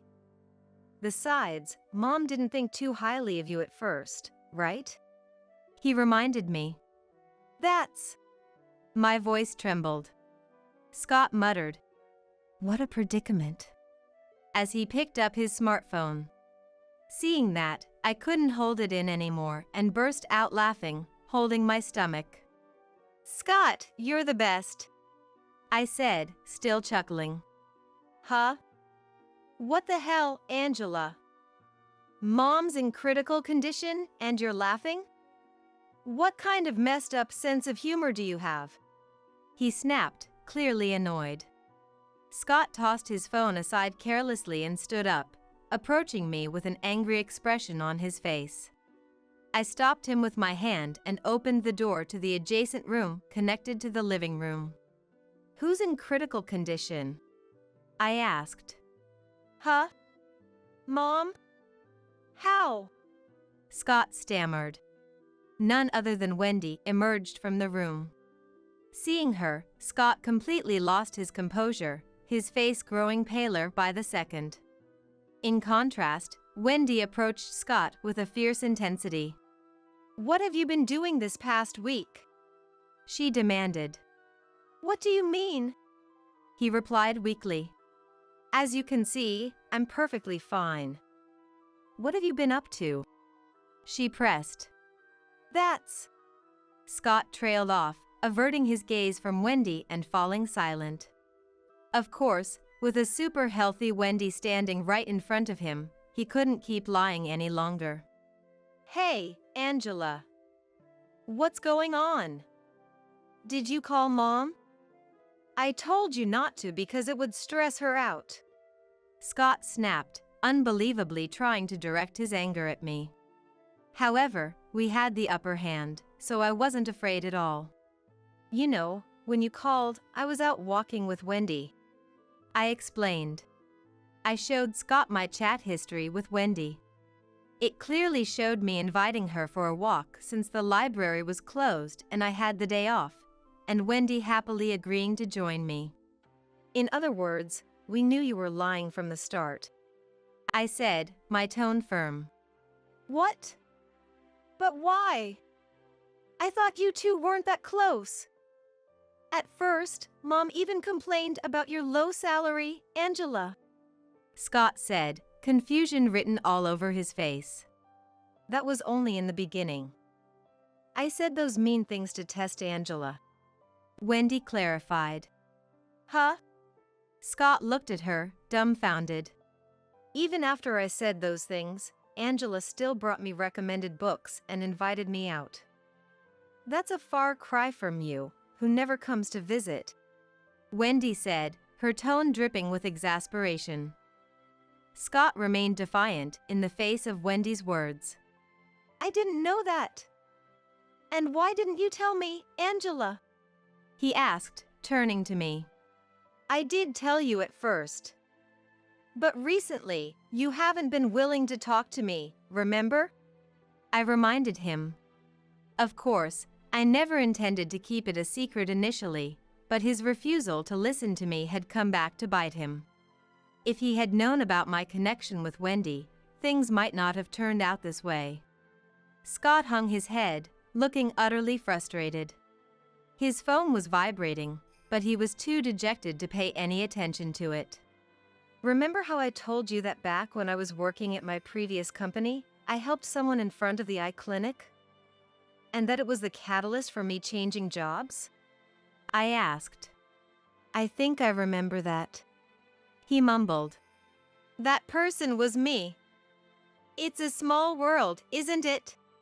Wendy revealed, a hint of amusement in her voice. Yes, that was the biggest event that brought Wendy and me closer together. While we were having coffee and I was reminiscing about that time. Ah. Wendy suddenly exclaimed. That was me. She said, her eyes wide with surprise. Apparently, Wendy had been suffering from a complex eye condition at the time and had come to the clinic for surgery. However, after the operation, she got lost and was at a loss for what to do when someone called out to her. Since it was right after the surgery, her vision wasn't clear yet, so she couldn't see the person's face. That's why she didn't recognize me when she saw my face, but she seemed to gain certainty after hearing my story. I was so happy to meet the person who helped me back then again. That's another reason why we've become such good friends. Wendy said, smiling warmly. I was so exhausted at the time that I couldn't really see people's faces, so I had no idea it was you. I've been worried about whether you made it home safely all this time. I confessed. Thanks to you, I did. Well, right now, it seems like Scott sees me as a terminally ill patient. Maybe Scott should be the one getting eye surgery next. Wendy joked. Scott, who usually has such a condescending attitude towards me, couldn't seem to win against Wendy. He opened his mouth as if he wanted to say something, but no sound came out. At that moment, the door leading to the adjacent room opened again, and a woman's voice called out. Scott. Huh, Tina? Scott stammered, his eyes widening in shock. Good evening. It's been a day, hasn't it? Tina said, smiling sadly as she faced Scott. Tina was a little younger than me, with well-defined features and a slender figure that looked great in her floral dress. Seeing her shoulders tremble slightly, I felt a strong urge to protect her. I could understand a little why Scott might have fallen for her. Why is Tina here? Scott asked, his voice shaking. After we parted ways yesterday, I went home and found these people there. They told me everything. You were married, weren't you? Tina said, her tone a mix of hurt and accusation. How did you find out? Scott mumbled, avoiding eye contact. I hired a private investigator to look into everything. Over the past week. Wendy explained. A week ago, right after I hung up on Scott's call. Wendy sent me home and immediately headed to a detective agency. She told them she wanted them to investigate her son's infidelity right away, no matter how much it cost. As a result, evidence was quickly gathered, and they were able to identify Tina's home and contact her. Scott, you got along well with my parents too, didn't you? My mom and dad are furious. Of course, I am too. I brought them here today because I wanted to resolve this issue. Tina said, her voice trembling with emotion. According to the investigation, Tina was apparently a client at Scott's company, and they both fell in love at first sight, as she told us herself. Tina didn't know Scott was married, and she apologized, saying that if she had known, she never would have gotten involved with him. Her parents, who had been looking forward to their marriage, were outraged when they learned about Scott's true identity and apologized to me sincerely afterward. Tina and her parents had done nothing wrong, yet they apologized to me, which made my heart ache and fueled my anger towards Scott even more. That's why I also apologized to Tina and her parents and suggested that we come here today. So, Scott's infidelity has been completely exposed. I'll give you a lawyer's contact information later, and you can handle the rest through them. I said, my voice steady despite the overwhelming emotions. How do you plan on surviving without me? The cost of living has skyrocketed compared to the past. You can't live on your salary alone. Scott glared at me, his anger palpable. I felt my body tense up a bit, but Wendy stepped in front of us as if to shield me from his wrath. Actually, I've started something recently, Wendy said, showing Scott a screen on her smartphone. Huh? What's this? He asked, confusion written all over his face. I've started investing in real estate lately. It's been incredibly profitable. That's why I could afford the high costs of hiring a detective, Wendy explained, a hint of pride in her voice. What Wendy showed him was a graph of her investments. She had already been studying a bit, and her investments were a huge success. Of course, I also helped out by putting the knowledge I'd gained from university and my beloved books to good use. By now, her profits had easily surpassed Scott's salary. So, you don't need to worry about money on our end. You, on the other hand, will be facing alimony and settlement claims in the divorce proceedings, leading to a life of poverty. I think you should worry about yourself, Wendy said, her tone sharp and unforgiving. What? Alimony and settlement claims in a divorce? You're joking, right? Scott scoffed, disbelief etched on his features. No, it's only natural since you cheated. You'll be paying for both my share and Tina's, I stated firmly, leaving no room for argument. Scott muttered, This can't be happening. But then a wicked smile spread across his face as if he had thought of something. He stood up triumphantly and pointed at me. Too bad for you, Angela. I have Mom's inheritance. I can easily pay the alimony and settlement for the divorce. But I'll be able to return to my original lifestyle in no time, he declared, his voice dripping with arrogance. How on earth did you become so stupid?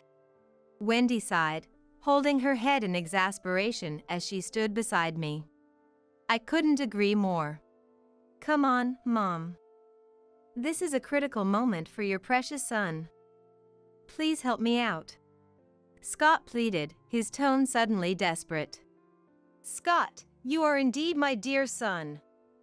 But I don't remember raising you to do such inhumane things. Wendy said, her voice filled with disappointment. What? Scott's eyes widened in shock. I'm cutting ties with you. From now on, you'll have to live on your own, she announced, her words like a hammer striking the final blow. You can't be serious. What about the inheritance then? He asked, grasping at straws. I'm thinking of giving it to Angela, Wendy replied, her voice unwavering. I couldn't help but exclaim. What? I had heard that she was considering disowning him, but she hadn't said a word about the inheritance. However, knowing that she cherished me to that extent brought tears of joy to my eyes, especially since I had lost my own parents. Angela, if it's all right with you, would you like us to become a real mother and daughter? Wendy asked, her voice filled with warmth and sincerity. Those words made my body feel hot with emotion. They were the words I had longed to hear. Ever since my parents passed away, I've been so lonely. Are you really sure about this? I asked, my voice trembling with a mix of hope and disbelief. Of course. I look forward to being your mother from now on, Wendy replied, her smile radiating love and acceptance. Wendy, no, Mom opened her arms and faced me, and I didn't hesitate to rush into her embrace. Ah, the warmth of a mother's hug, something I hadn't felt in so long. Today might have been the worst day of my life, but it was also the best. Seeing us like that, Scott raised his voice. This can't be real. And he shouted. I see, Angela. So this was your plan from the beginning, wasn't it? You got close to me because you were after Mom's inheritance, and you deceived her, he accused, his face red with anger. I had just one thing to say to Scott as he yelled at me with fury etched on his features. You brought this upon yourself. I felt like the emotions I had bottled up for years were finally being released. From now on, I could live freely with Wendy, no longer bound by Scott's whims. By the way, this has been ringing non-stop. Here you go, Tina said, handing Scott his vibrating phone. As he angrily answered the call, a man's furious voice could be heard shouting. You're fired! Trouble with a client? Marriage fraud? There must be some mistake. Scott stammered, his face turning pale as he desperately tried to explain himself, but he was quickly cut off, leaving him helpless. In front of a completely deflated Scott, only Tina stood, smiling just as she had at the beginning. Tina, you're on my side, right? Scott pleaded, reaching out to her as if she were his last hope. But Tina swatted his hand away. Scott, I went through a terrible divorce in the past, and I truly believed that this time I could find happiness, she said, her voice filled with disappointment and hurt. Tina, Scott whispered, his eyes wide with desperation. But it turns out you were just the same as my ex. I'm the one who reported you to the company. Goodbye, Tina declared before heading towards the front door. Wendy followed after her. I handed Scott, who must have been facing true despair, the divorce papers I had signed, and then I left the house. After that, Scott seemed to have surrendered, and the divorce was finalized surprisingly easily. After receiving a hefty alimony payment from the divorce settlement, Wendy and I moved into an apartment to avoid any potential attacks from Scott. I heard rumors about how Scott was doing afterwards, apparently struggling to find a new job. It's no wonder, since we had spread the word about his misdeeds, making it difficult for him to find employment in the same industry. I hope he's living a life of poverty now. Good morning, Wendy. I greeted her with a smile. Good morning, Angela. It's a beautiful day, isn't it? She replied, her eyes twinkling with joy. How about we have a picnic in that big park? I suggested, feeling the warmth of the sun on my skin. That sounds lovely. Shall we make some sandwiches to take with us? Wendy proposed, already heading towards the kitchen. Meanwhile, I was living peacefully with Wendy in our apartment. We studied real estate investing together and frequented the library. On our days off, we would go out, share our thoughts on books, and enjoy the leisurely pace of life. Our investments continue to be successful, and Wendy's savings keep growing. Spending time with my beloved books and my dear Wendy, I am truly happy now. Come on, swim faster or you'll drown. From way above me, I could hear the laughter of my husband who had pushed me into the river. I had broken both my legs a month ago. There was no way I could swim. As I desperately struggled to keep from sinking in the cold water, my husband said something. Hearing that, all the patience I had been holding on to felt foolish. My name is Isabella. I'm a 26-year-old office worker. I have a husband, Joe, who is 34 and also an office worker. Though we're a few years apart, his vast life experience has been a support to me in many ways. Joe and I met at work, where he was my boss.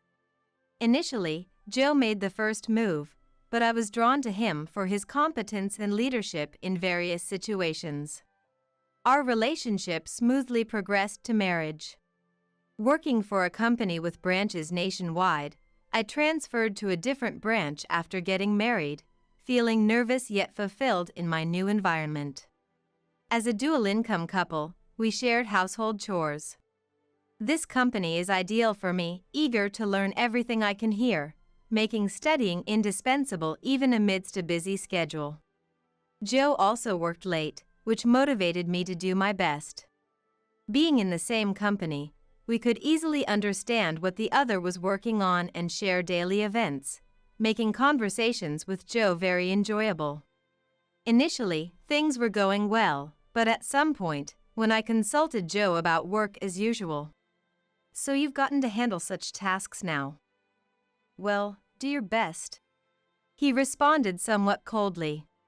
The Joe I knew before would listen until I was satisfied and think of solutions together. I felt a bit lonely, but wondered if I had been a burden. Joe was busy, and I was no longer a newcomer. Telling myself that I should be able to solve things on my own by now, I consulted my new boss when in real trouble and tried not to discuss work at home. Then, on payday, "How much did you earn this month?" Joe asked for the first time. We had agreed to contribute a fixed amount from our salaries for living expenses and bills without knowing each other's exact incomes. It was unusual for Joe to ask such a question, but seeing no reason to hide it, I showed him my payslip. Then Joe, shocked, said, All this without overtime. Don't joke with me. When did you start earning so much? Far from being happy about the increased household income, Joe started treating me with a hostile attitude from that day on. Looking back, I remember hearing that Joe had an unusually high pride and only liked being around people who could boost his self-esteem. It's because I've been sharing the housework that you can earn like this. I want to get promoted too, but I've been holding back. Joe said that and instructed me to take over all the household chores. A wife should play a supporting role to her husband and be modest, he said abusively. Shocked, but verbally compliant. Understood. Please focus on your work, I said, while internally taking it as a challenge to manage all the housework and still excel at my job. However, seeing me juggle work and all the household chores, Joe would say things like, I wish you'd just break down already. Or, Can't you clean more thoroughly? I hate it when the room doesn't look like a showroom. I tried to brush it off, but it was undeniably stressful. Perhaps it was wrong to keep thinking about divorce every day, whether at home or work. One day on my way to work, I missed a step on the station stairs and tumbled down a long way. I don't remember falling, but it must have been a bad fall because I ended up breaking both legs. Fortunately, no one else was involved in the accident during the morning rush, but I had to be hospitalized for a while. When Joe visited the hospital, he seemed annoyed and laughed. Lately, you've been too proud of your work success. This is your punishment. And said, Your fractures are nothing serious, so come back home soon. And left. After that, Joe did visit daily but only to angrily say, The house is dirty, come back soon. Without a word of concern for me. I explained the situation to my workplace and started working from the hospital. When Joe tried to take away the laptop, saying, You're really greedy for money. I told you not to earn more than me. I quickly responded, I've already informed my boss, and I have work scheduled today. If you don't give it back, I'll have to call and say you took it. Which made him return it with a click of his tongue, perhaps fearing it would become widely known since we work at the same company. Despite expressing how much he disliked me, Joe continued to visit my hospital room daily after work to complain. Upon finally returning home after my hospital stay, the room was extremely dirty. I've left your work for you. You love work and housework, so you must be happy. Joe said, but I was still in a wheelchair, unable to walk. Trying to clean what I could reach, like the desk. Wait, you still can't stand and work? Taking too long to heal. Isn't it because you're always sitting in that wheelchair? He criticized. I wanted to divorce him right there and then, but I couldn't move properly until my legs healed. I couldn't tell the hospital, where I had planned to have Joe take care of me post-divorce, that I wanted to be readmitted, so I endured until I fully recovered, thinking it was just a matter of patience. I told myself that overcoming this would make me stronger, and I'd divorce Joe, living each day without consulting anyone. One day, Joe's attitude changed completely. How about we go see a movie? There's something I want to see, he suggested. Though I felt a bit happy, the change was so drastic that it felt odd, so I replied, It's unusual for you to suggest that. I still have chores to do, so feel free to go by yourself. But Joe said, Actually, my boss found out about my behavior and your situation and gave me an earful. I've been a burden till now, so I want us to go together. We haven't been out recently, and I want Isabella to take a break as a token of my gratitude. Then he asked, What else needs to be done? And took care of everything. It had been a while since we went out together. Though I was suspicious, Joe tends to change his attitude quickly if someone in a position of authority speaks to him. If his boss had spoken to him, maybe he truly wanted to change. With that thought, I felt slightly happy, and given how tense I'd been every day, I decided to indulge in the break and agreed to go out. He helped me into the car, and we started our drive. The cinema was relatively close, so I didn't think it would be too much of a burden for him to drive, but we kept moving away from the direction of the cinema I knew. Curiously, I asked, Isn't the cinema in that direction? Joe replied with a smile. The local cinema wouldn't feel special, right? I thought we'd go to a bigger one today. Feeling reassured, I let Joe take the lead and soon fell asleep in the car, tired from the daily grind. We're here. Joe's voice woke me up, and we were at a deserted river, with no cinema in sight. Confused, I asked, What's going on? Joe said, The weather's nice, how about we take a commemorative photo? and grabbed my arm tightly, trying to pull me out of the car. Suddenly frightened, I resisted, but with my legs being weak and the strength of a man being overwhelming, I was forcibly dragged out. Without being put back in my wheelchair, the pain of dragging my legs made me groan. He dragged me near a bridge, gripping my legs as if to lift me, and I felt a fear like never before. Stop! I involuntarily screamed, but with no one around to help, I felt nothing but despair at the thought of being thrown off. Then Joe, checking to make sure no one was around and annoyed, said, Damn it! Don't make a noise! It'll be trouble if someone calls the cops. And forcefully pushed me into the river. It happened in an instant. Unlike in dramas, I didn't see the face of the person pushing me or my life flash before my eyes. I just fell into the river. In an instant, not understanding what had happened, I looked up from the river, desperately asking for help from Joe while angry, but he said, Better swim fast or you'll drown. Don't be mad just because you fell into the river. Maybe you need a little hardship, huh? And then he tried to leave. I pleaded, Please help me. I'll do anything you say from now on. Even though I didn't mean it, I thought it was the only way to be saved.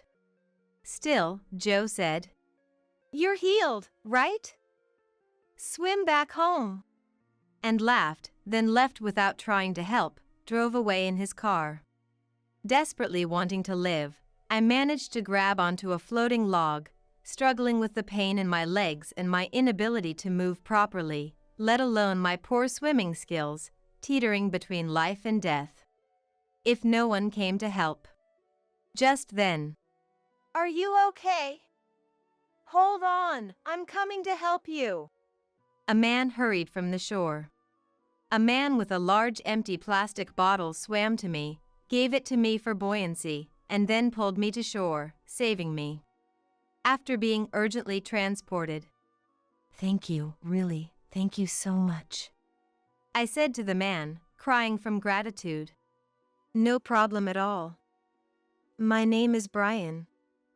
I was fishing a bit away and saw a woman being forcibly taken out of a car. I was shocked and sorry I couldn't reach you before you got wet, he replied. Despite everything happening so quickly, from being pulled out of the car to being pushed into the river, I was grateful for his help. Not at all. You saved my life, I expressed my thanks. After sharing with Brian and the doctor about Joe's usual behavior at home and what happened this time, both were outraged and immediately reported it.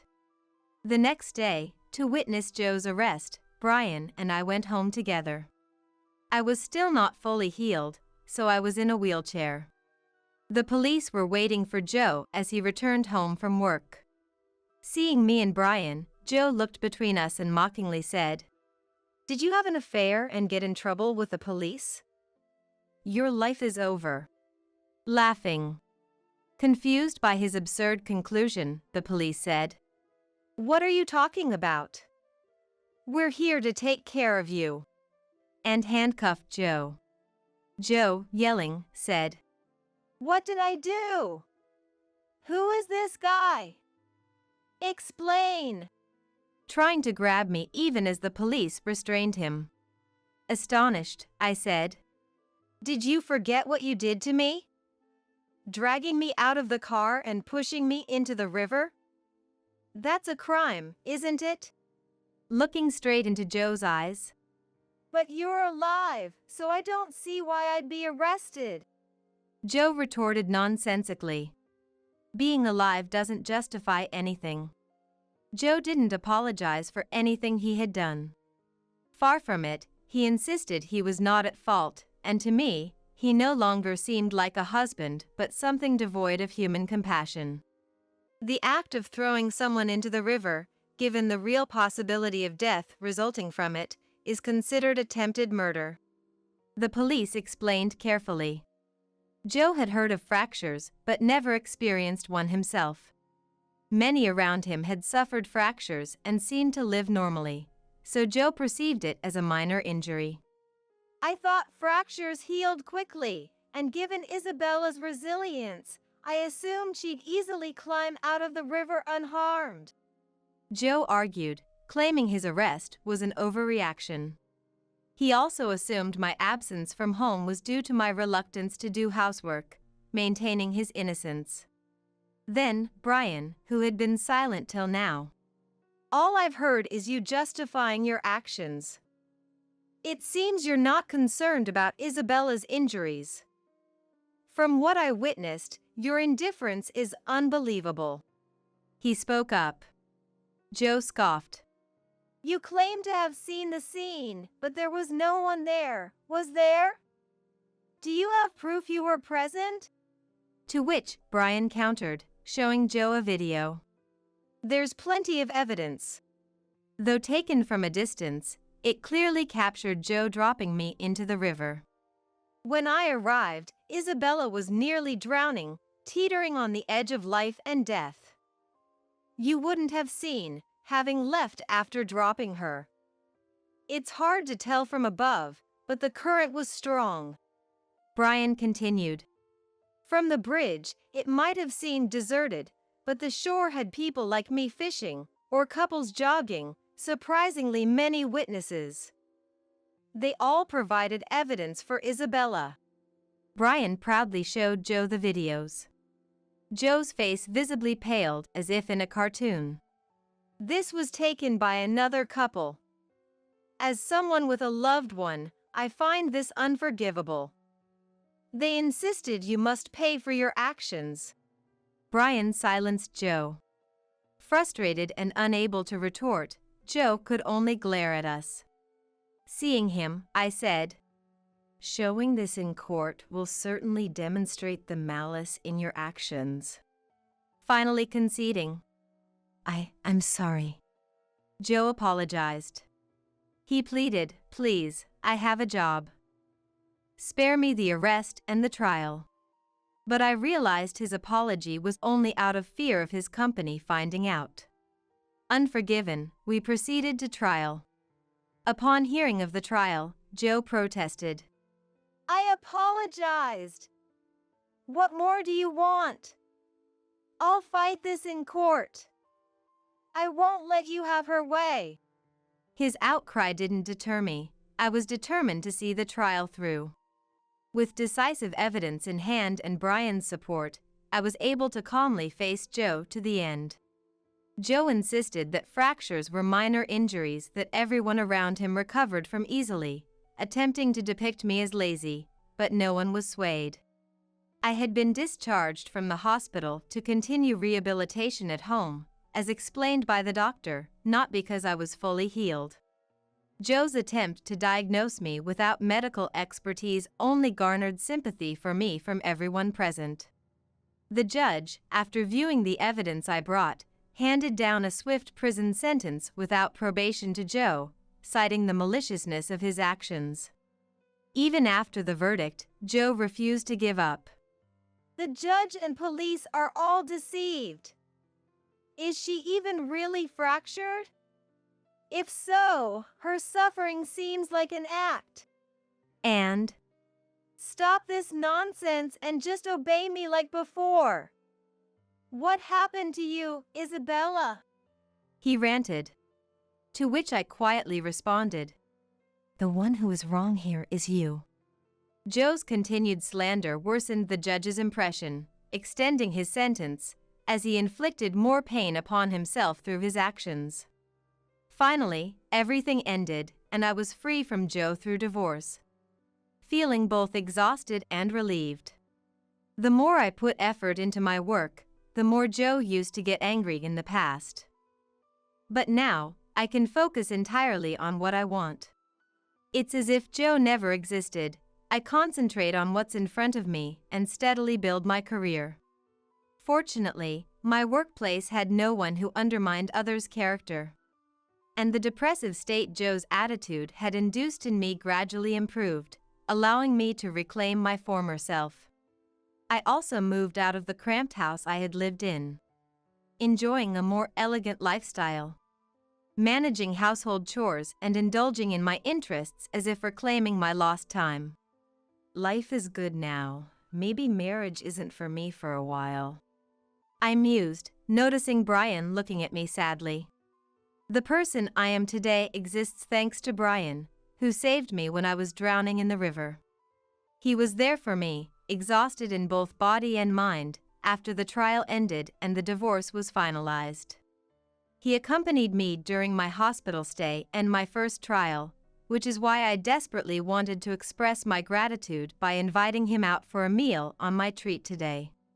Yet, considering Brian's busy daily schedule, I felt it wouldn't be right to invite him out too frequently, so I decided this would be a one-time gesture. Expecting the conversation to remain formal, I was surprised how well we got along, realizing hours had passed. I looked at the watch and realized. Sorry for taking up your valuable time. Let's call it a day. I had fun. Thank you. I said, preparing to leave, but Brian asked, Can I invite you out again sometime? With a smile. Relieved he had enjoyed himself, we parted ways. Following Brian's invitation, we grew closer through multiple meetings. Eventually dating and, surprisingly, marrying. Despite my initial apprehensions about a second marriage, Brian proved to be the ideal partner. Supporting my career without jealousy or interference, enhancing my performance. Our relationship, built on mutual respect, allowed us to lead vibrant lives. Brian's hobby of fishing became a shared interest, helping me overcome my trauma of nearly drowning. Thanks to Brian's kindness, I've been able to live freely and happily. You can't even show your grandparents' face, you unfilial person. With that, my sister looked at me triumphantly. It's been 5 years since I got married, and while taking care of my father at my parents' home, I've been undergoing fertility treatments. My sister got married and was blessed with a child within 6 months. 2 months into her pregnancy, she returned to our parents' home for the birth. When I point out that my sister does nothing around the house, she coldly snaps back at me. Since you're useless because you can't have children, at least be useful to me. My name is Johanna, I'm 35 years old. I live with my husband Andrew and my sister Camilla, taking care of our father, Richard. Andrew and I got married 5 years ago, and we've been struggling to have children, currently undergoing fertility treatments.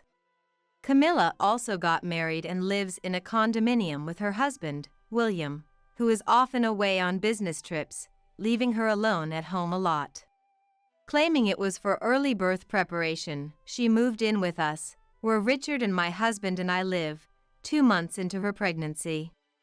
Our mother passed away early from illness, so Richard raised Camilla and me by himself. However, Camilla has always been troublesome, causing problems ever since she was a child. In elementary school, she would hit other kids, and Richard was often called to the school to apologize. We hoped she would calm down as she grew older, but that never happened. She kept causing problems until she graduated high school, constantly troubling Richard. Richard had to go around apologizing to people, paying for damages, and was always exhausted from cleaning up after Camilla. Feeling sorry for Richard, I helped around the house as much as I could, cooking and doing laundry, so that he could have a bit of rest. Putting ourselves last, Richard devoted himself to raising us. I wanted to ease Richard's burden, so I studied whenever I had the chance. My hard work paid off, and I was able to attend a prestigious university and land a job at a major company. Now, I work remotely while taking care of Richard. Camilla, who moved in with us a month ago, does not do any housework and doesn't care for Richard, despite the trouble she caused him. Instead, she says, "Hey, big sis, isn't today's dinner too plain? I'm pregnant, so I need nutrition. Make a more luxurious dinner tonight. Oh, and polish my shoes before I go out." She treats me like a housekeeper, ordering me around.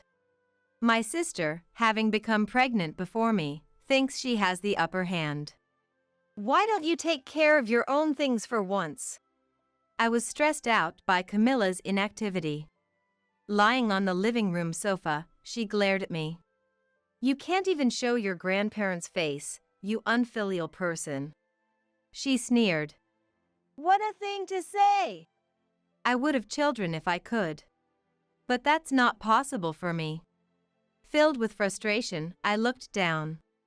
Seeing my distress, she added insult to injury.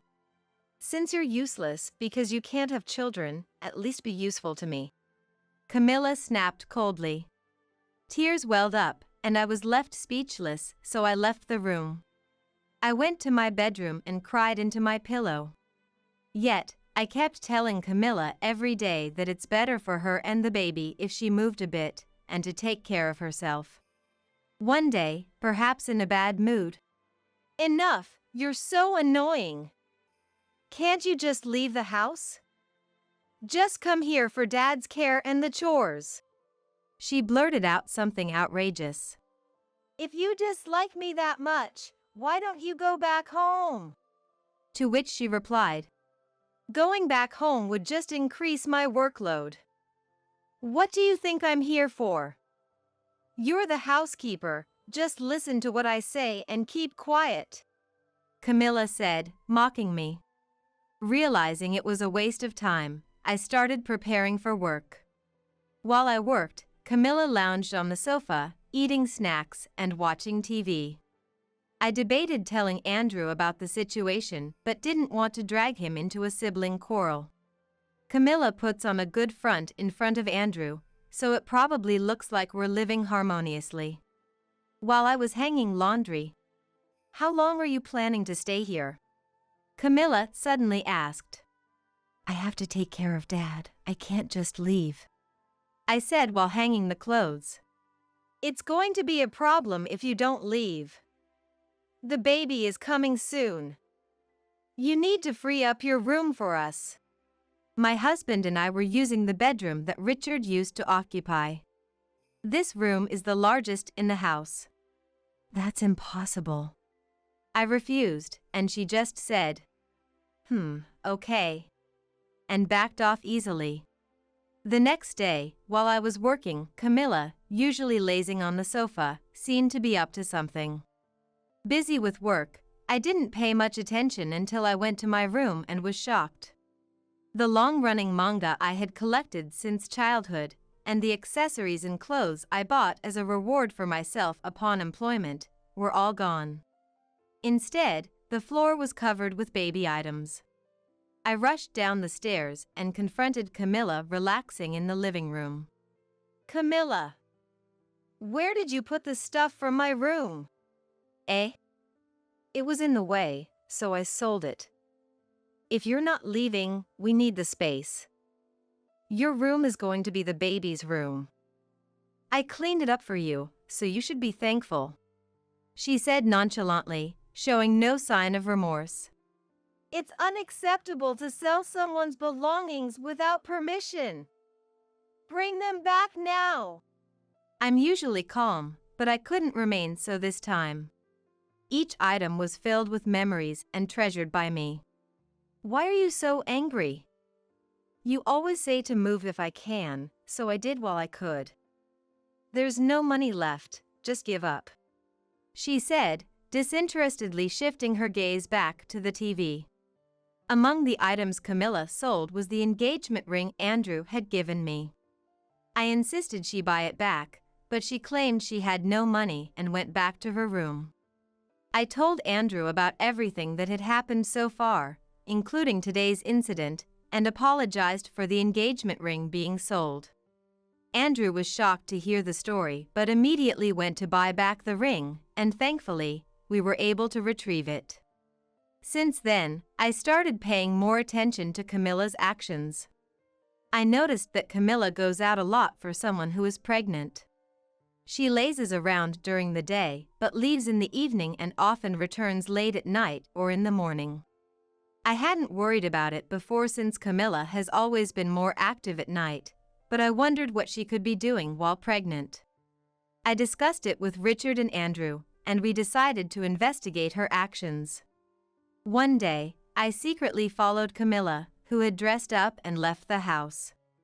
She walked confidently, as if she knew exactly where she was going, and entered a busy downtown area. She stopped in front of a hotel and waited for someone. A man arrived, and it was clear he wasn't William. I had suspected something, but seeing them enter the hotel arm in arm confirmed my fears. I immediately contacted William. When I told him about Camilla's affair, he was shocked, having thought she had come back home early for the birth, but he quickly hired a detective agency to investigate. William reported the investigation results to us while Camilla was out. The investigation confirmed Camilla's affair. Moreover, from conversations between Camilla and her lover, Johnny, it was revealed that the child Camilla was carrying was Johnny's. Hearing the report, Richard turned pale and, in tears, William, my foolish daughter has done something terrible. She's ruined her life. I don't know how I can ever make amends. He apologized to William. Richard, please don't apologize. I'm angry at Camilla, not at you. We may be family, but we are different people. It's my fault for not seeing her true nature.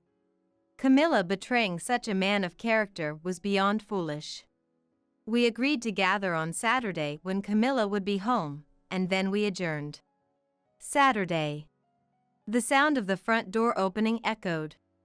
I'm sorry for intruding. William appeared in the living room. William, you didn't say you were coming today. What's up? The baby's gotten quite big, hasn't it? Camilla, rubbing her belly, smiled and spoke to William, oblivious that he knew everything. Camilla, is the child in your belly really mine? William asked Camilla without changing his expression. What are you saying? Are you accusing me of cheating? Camilla angrily retorted to William's words. Camilla, I know everything. The child is Johnny's, isn't it? I had a detective agency investigate, so lying is pointless. I can't continue a marriage with someone who cheats. Let's get a divorce. William spoke calmly and matter-of-factly. Camilla, panicking, tried to pretend she knew nothing.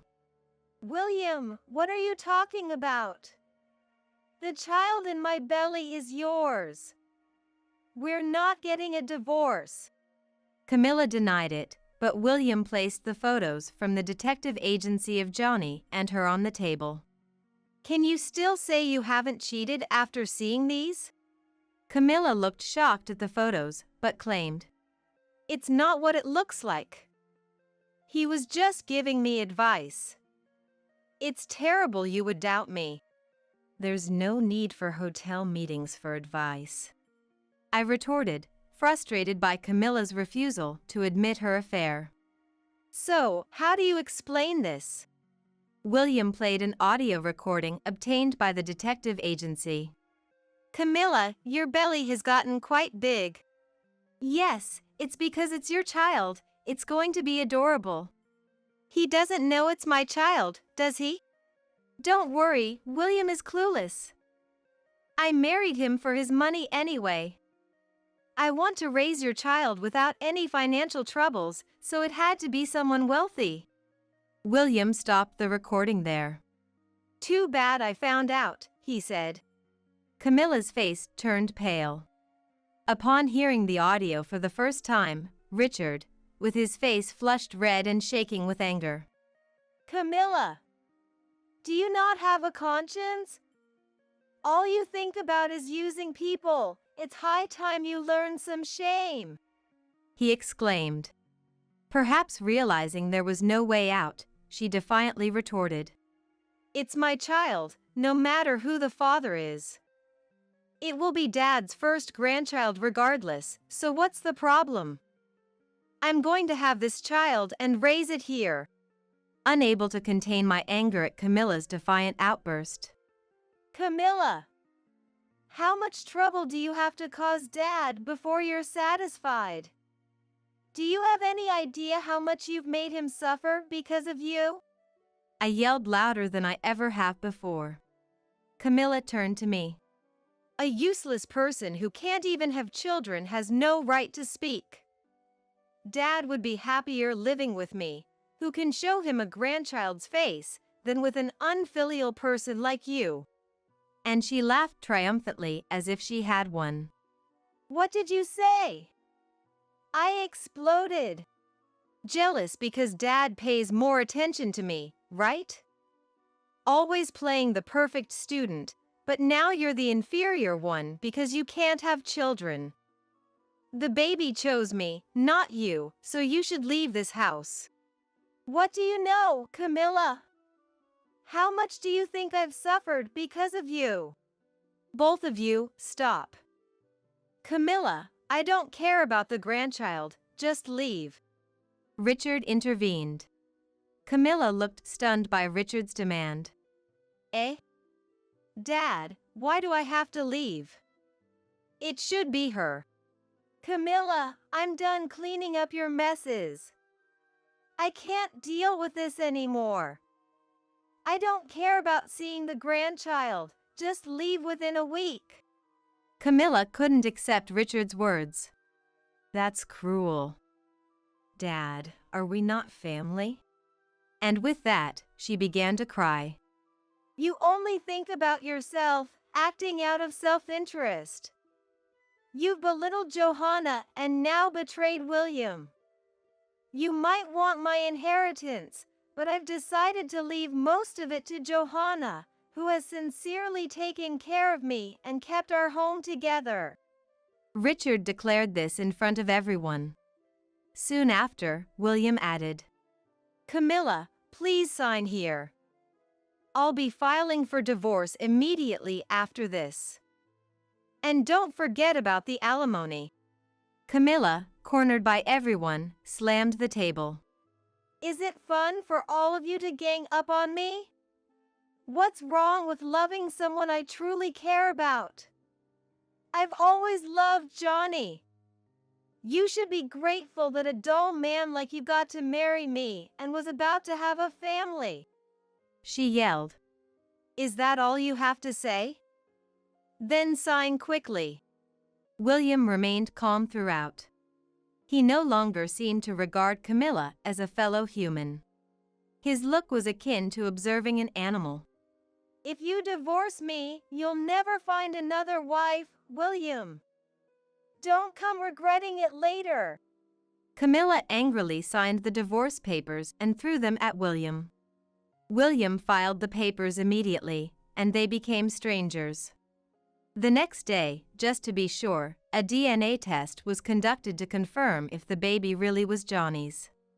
The test scientifically proved the baby wasn't William's, and when Richard told Camilla to leave, "Why should I be the one to leave? Shouldn't the failure over there leave?" Camilla lashed out. Having no place to go after being kicked out, Camilla went to Johnny's, only to run into his wife. A confrontation ensued, leading to Johnny's divorce. Camilla, playing the tragic heroine denied true love, happily remarried the man she truly loved, and gave birth to a healthy baby. Johnny, who had entered into a marriage of convenience due to his failing family business, lost his financial support and assets. Previously a nominal president at his wife's company, Johnny couldn't find work anywhere and resorted to part-time jobs to scrape by. Camilla and Johnny, living in a cheap apartment with shared toilets and no bath, struggled with living expenses due to alimony payments to Johnny's ex-wife and William. Constant financial stress led to frequent arguments, and despite wanting a divorce, neither could afford to leave, resulting in a loveless marriage. Where did their true love go? Camilla struggled daily with odd jobs, part-time work, childcare, and household chores. Unaccustomed to housework, the home was always a mess. Camilla, who had always lived lavishly on others' money, now wore old clothes and an apron, a stark contrast to her former stylish self. Despite their hardships, both put effort into parenting. I returned to a peaceful life, taking care of Richard. I occasionally keep in touch with William, who I worried might become distrustful of women. However, he reconnected with his first love at a reunion and is now in a serious relationship. The day William told me he had a girlfriend, I received another piece of joyful news. Our continued fertility treatments were successful, and we were expecting a child. Actually, twins. We shared the news with Richard, and now the three of us eagerly await the arrival of our babies. In the dim light of the evening, inside the room, the doorbell rang. I wiped the tears streaming down my cheeks and looked toward the entrance. My mother-in-law Anna and my sister-in-law Sophia stood side by side. Oh, they've come to help. I hurried towards the entrance. Opening the door, I was stunned. Come on, please. Bring them in. Anna's voice directed people who appeared to be movers. Excuse us, we're coming in. And they entered the house. What? Wait, what's going on? Hearing my bewildered voice, my son Noah, who was in his room upstairs, hurried down the stairs. What's happening, Mom? Noah asked, watching the movers bustling around. Well, I turned back to Noah, confused, when Anna and Sophia spoke up. We're taking my son's house. You guys need to leave. Yeah, that's right. Get out now.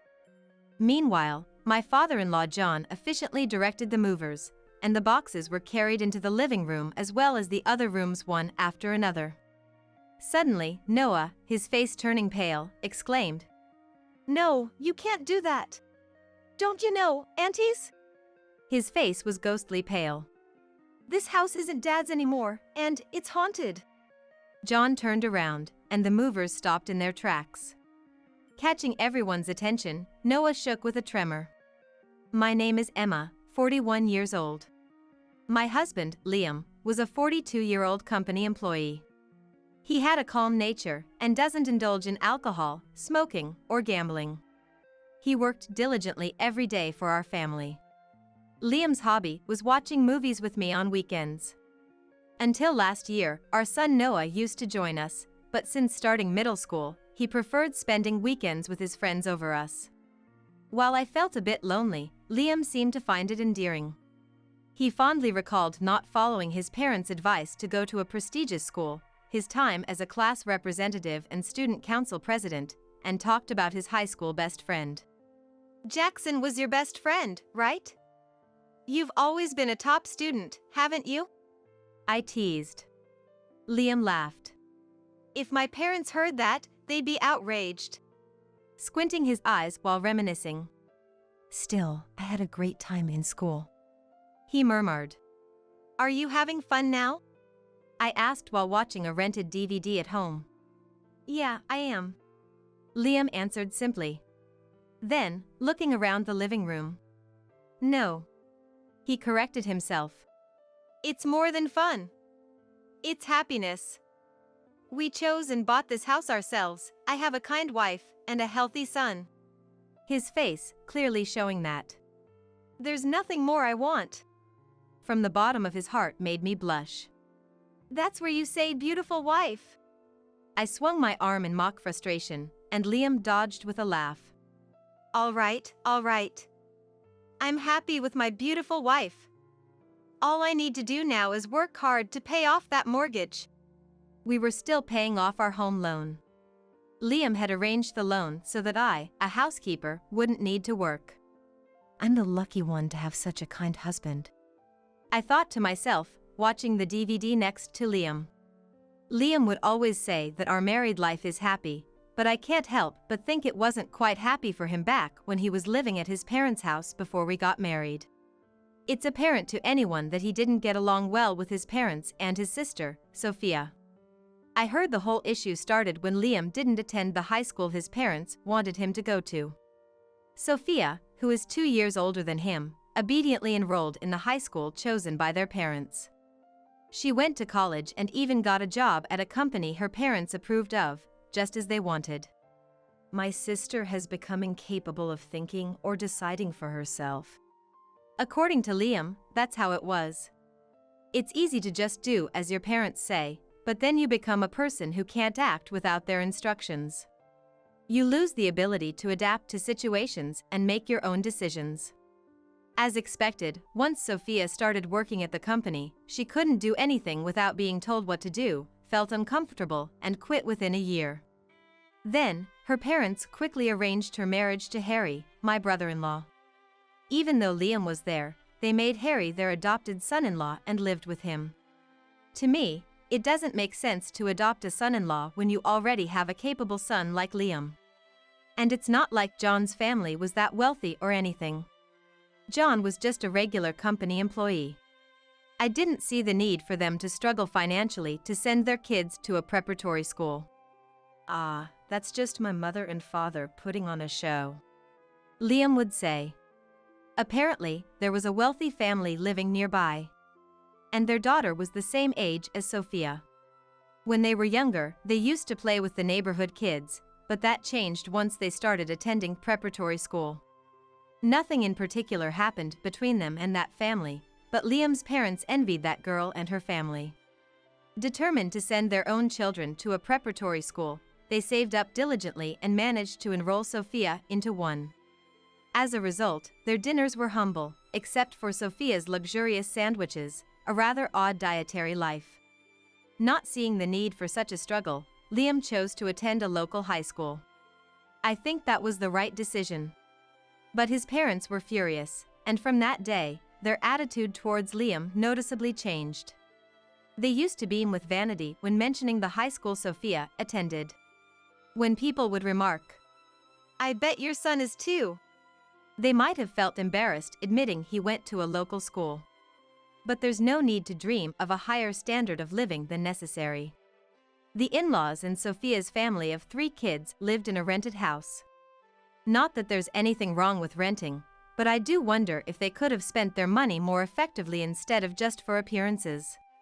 They even went into debt to send Sophia to a preparatory school and college, and they're still paying it off.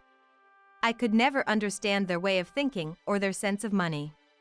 This also applied to the allowances given to the kids. The difference in the amount given to Sophia's kids and to Noah, our son, was blatantly obvious. It might be a difference in affection for the grandchildren living with them, but I can't help feeling sorry for Noah. It makes me sigh to think that even Noah is affected by this. It seems that they also didn't like the fact that we owned our house. A 2-story single-family home. Our house is bigger than the in-laws. Showing off with a study, huh? This house is too nice for you. They often came over to our place and made such snide remarks. On top of that, they'd make sarcastic comments like, "Look, there's a stain here." Or, "The flooring is discolored." And so on and so forth. They would also nitpick. "It's not that impressive after all." They would complain. I really don't see the point of them doing that. If they don't like it, they shouldn't come over. According to Liam, they're just jealous. Or so he said. They're envious because they don't have money and we bought a house, even though we're paying a mortgage. Liam laughed, saying it's all because of their strange habit of keeping up appearances. Harry must have been earning a decent salary. John, who was in his 60s, was still working. But their debt repayment was holding them back. "Don't worry about it," Liam said, but Anna and Sophia would come over when Liam or Noah weren't around.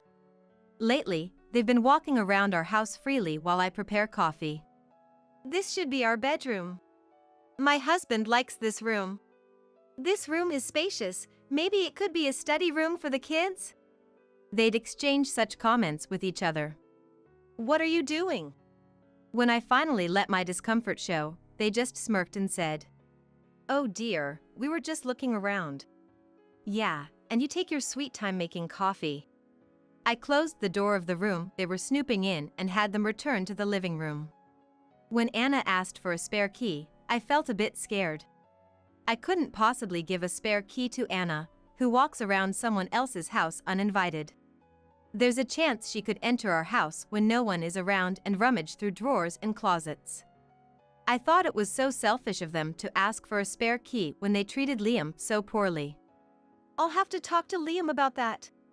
I dodged the question and had Liam call later to firmly refuse the request. How could you deny a key to your own parents? Anna was furious, but unfortunately, it's his parents who are untrustworthy, so it can't be helped. Anyhow, just come over when either Emma or myself are at home, Liam said, ending the call. Good health is the most important thing. It's a saying we often hear. At this age, I suddenly felt the weight of those words. Liam was diagnosed with cancer. After feeling unwell in his stomach and getting tested, we were lost for words.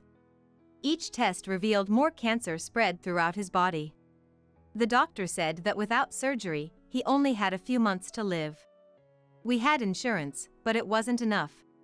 We had to deal with not only the hospital bills but living expenses and our mortgage too. The happiness we had built fell apart in an instant. I was trembling with fear of losing Liam and the uncertainty of our future. I didn't know what to do and was just scared. I'll ask my parents for help. My parents had already passed away. Being an only child, I had no other family to turn to. Okay. I'll go too. We told Liam's parents, Sophia and her husband, about his condition and asked for financial help. Cancer can be treated pretty easily these days, right? Sophia didn't seem to grasp the situation. The in-laws were hesitant about giving financial aid, though not as much as Sophia. I thought I heard you finished paying off your debt a few months ago. Yeah, we finally managed to. Please, we will definitely pay you back. Lend us the money for the surgery and hospitalization. The money you were going to spend on my education, lend it to us now. Please. I will work too, please just help us. We begged, going on our knees and crossing our hands together. No way. We've only just started being able to afford some luxuries recently. I have insurance that will waive the mortgage if I die. Should that happen, I'll even sell the house to pay back what we borrowed from you. We'll write a memorandum too. We pleaded again and again. But despite somewhat expecting it, we were devastated when Liam's parents shook their heads, refusing to help. In that case, why don't you just sell the house now? Of course, we knew that might be our only option eventually. But if we were to sell it then, we would have to make sure that the money we make can cover hospital bills, treatment costs, and even the rent for a new place for us after subtracting the remaining mortgage. I heard that before we got married, Liam used to send money home to his parents even after he had moved out. It seemed only fair that they could spend a little money for Liam now. No matter how much we pleaded, my in-laws and Sophia's answers didn't change. Liam straightened his back and replied in a flat voice. Understood. That's fine. As we were leaving. Wait a minute. Harry caught up with us. This isn't nearly enough, and I'm embarrassed to say I don't have any savings. And he handed Liam $1,000. Of course, he wouldn't have savings. He was helping with the debt repayment. Despite their boastful claims of, we finally paid it off. It was also thanks to Harry. I'll try to persuade them again. Please don't lose heart. We thanked Harry deeply for his kind words. Thank you. Just the thought is enough. But still, do you have a plan? Yes. Like my sister said, we're thinking of selling the house. Really? I couldn't help but exclaim. Selling the house isn't simple, there are many procedures to go through, and it will take time. There wouldn't be enough time for Liam's hospitalization, which was in a few days. Even if we managed to sell it, we would need to find a new place to live. It's not going to be easy or quick. Don't worry. I just remembered someone who might be able to help. Liam said, smiling at me. Liam fought hard with the cancer for 2 years since the diagnosis. Despite being given only a few months to live, we made many happy memories as a family of 3, in and out of the hospital. We had grown distant with my in-laws, but when the doctor said He probably can't return home. I contacted them. They visited a few times, but they would just say, "He still looks okay," in a cold manner, and go back home right away. It's as if they were just coming to see how much longer Liam has left. I shook my head, trying to dismiss the thought. Surely not. Contact his family, the doctor said. The time had finally come. I called Anna hastily. Oh my gosh! I need to hurry. Yes, it's urgent. You must come to his room right away. Huh? Oh, okay. I'll come if I can. The call ended abruptly, and I returned to Liam and Noah in the hospital room. Only Harry, who came directly from work, and Liam's best friend Jackson showed up. Liam barely opened his eyes, but looked happy to see everyone before closing them for the last time. Harry and Jackson helped with the funeral arrangements. Harry stayed with Liam while Jackson drove Noah and I home so that we could get ready. It was morning when we left the hospital, but the sun had already started to set. We hadn't even cleaned up after breakfast because we had left in a hurry. I turned on the lights in the dim house in the evening. I sat down in the living room and flipped through a photo album. Tears flowed as I looked through it. I wiped the tears falling onto the table and chose a photo of Liam out of all the memorable photos. The doorbell rang. I wiped the tears from my cheeks and looked at the entrance. Anna and Sophia were standing side by side. Oh, they've come to help. Even though they didn't make it in time for Liam's final moments, I hurried to the entrance, thankful they came. But I was stunned when I opened the door. Come on, bring everything in. Anna's voice directed people who appeared to be movers. Excuse us, we're coming in. And they entered the house. What? Wait, what's going on? Hearing my bewildered voice, my son Noah, who was in his room upstairs, hurried down the stairs. What's happening, Mom? He asked, watching the movers bustling around. Well, I turned back to Noah, confused, when Anna and Sophia spoke up. We're taking my son's house. You guys need to leave. Yeah, that's right. Get out now. Meanwhile, John efficiently directed the movers, and the boxes were carried into the living room as well as the other rooms one after another. Suddenly, Noah, his face turning pale, exclaimed. No, you can't do that. Don't you know, aunties? Noah's face was ghostly pale. This house isn't Dad's anymore, and it's haunted. John turned around, and the movers stopped in their tracks. Catching everyone's attention, Noah shook with a tremor. In the midst of all this, a figure comes in through the entrance. What the heck are you doing bringing stuff into my house without permission? Get it out right now. Everyone jumped up at the sound of Jackson's angry voice, which seemed to echo throughout the house, or rather, the entire neighborhood.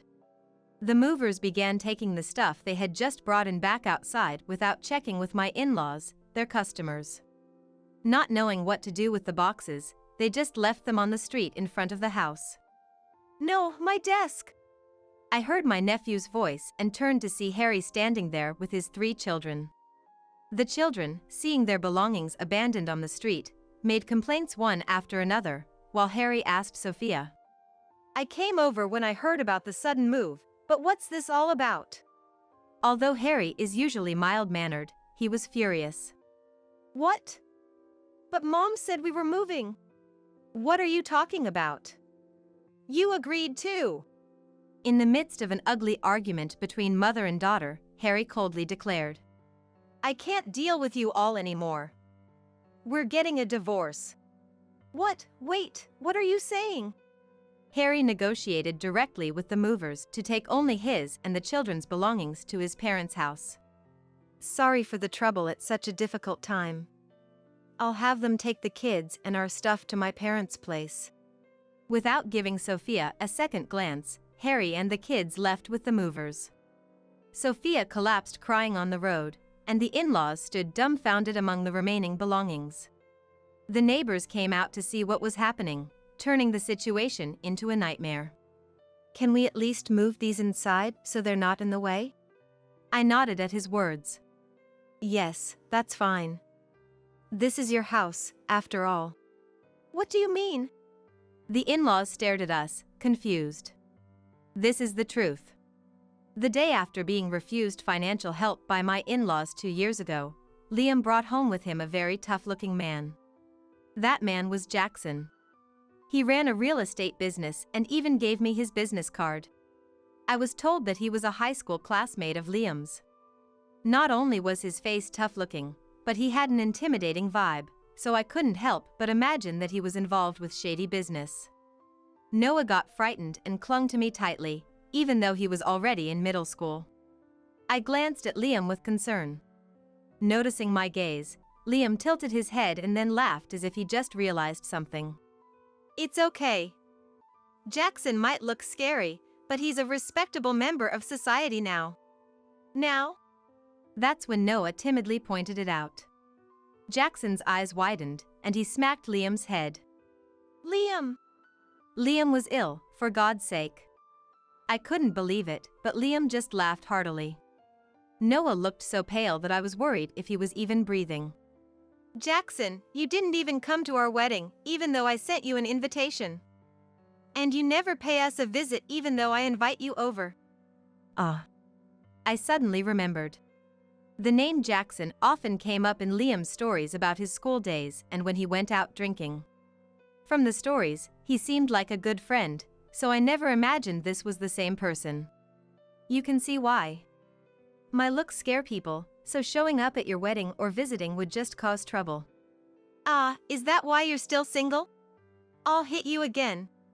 I could tell from their light banter that this was indeed the Jackson that Liam had been talking about. I couldn't help but chuckle at their conversation. Both stopped and looked at me. Sorry. It's just that Liam is so excited, like a child. Huh? He's always like this. Jackson. Remember, Noah is here too. A father's dignity is important. Dignity, that's something you've never had. Noah. Noah's remark lightened the mood. I told Jackson that Liam was really disappointed he didn't come to our wedding and that we want him to visit any time. Thank you. Now, let's move on to business. We don't have the luxury of time. Jackson's demeanor changed suddenly to a serious expression. First, let me look at the condition of the house. Jackson went around checking each room. Once he finished examining the exterior walls and the meter box, he pulled out his laptop and started typing something. After a while, he showed us the screen. How about this amount for the selling price? I was taken aback by the amount he proposed. It was higher than what we had paid when we bought it. It's a very generous appraisal, but can we really sell it for this price? It's been about 10 years since we moved in, and there would be no point if it doesn't sell. We hadn't renovated it in years. Like Anna and Sophia said, there are stains here and there. I heard about that from Liam. They were talking about what they were going to do with each room, right? Yes. That means they think it's still perfectly habitable. Don't worry, it will sell for this price. Full of confidence, Jackson assured us. You can trust him. Liam added. Understood. Please proceed with this price. As I agreed, Jackson quickly spread several documents on the table. Oh, and we need to find somewhere else to live. At my words, Jackson responded. Sure. With a smile. He laid out rental agreement papers as well.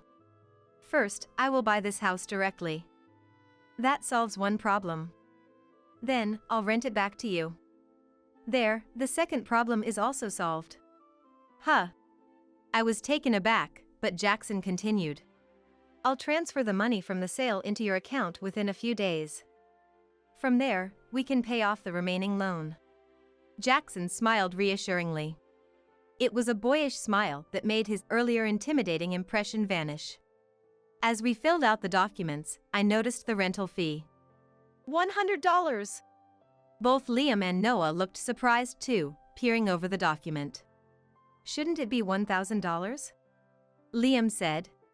It's a typo, right? And as we laughed, "It's not a mistake," Jackson said. What? "I owe that much to Liam." After a moment of thought. "No, you don't," Liam said. But Jackson told me about their high school days. Jackson was a real delinquent back then. He had been in trouble with the police several times and was often in fights which left his mother in tears. One day, his mother, a single mom, was hospitalized. She had fainted from stress and exhaustion. Rushing to the hospital, Jackson was shocked to see how frail and small his mother had become. He realized it was his fault and bawled his eyes out like a child. After that, he changed his ways, stopped getting into fights, and stayed out of trouble with the police. But then one day, a cigarette butt was found on the rooftop of the school building. It caught fire in a nearby dumpster and caused a small blaze. This became a problem at school, and they assumed Jackson, who had a bad reputation, was the culprit. No matter how much he denied it, saying, "It's not me." No one believed him due to his past behavior. He was at risk of being expelled. When his mother burst into tears again, Liam believed in Jackson's innocence. He was the only one who believed in my innocence. He was the student council president at the time. We were in the same class but had never really talked before. Jackson reminisced, saying Liam had protested to the principal, did some investigation among the students, gathered evidence, and found the real culprit. But you had insisted you didn't do it, right? Naturally, I believed him. No way.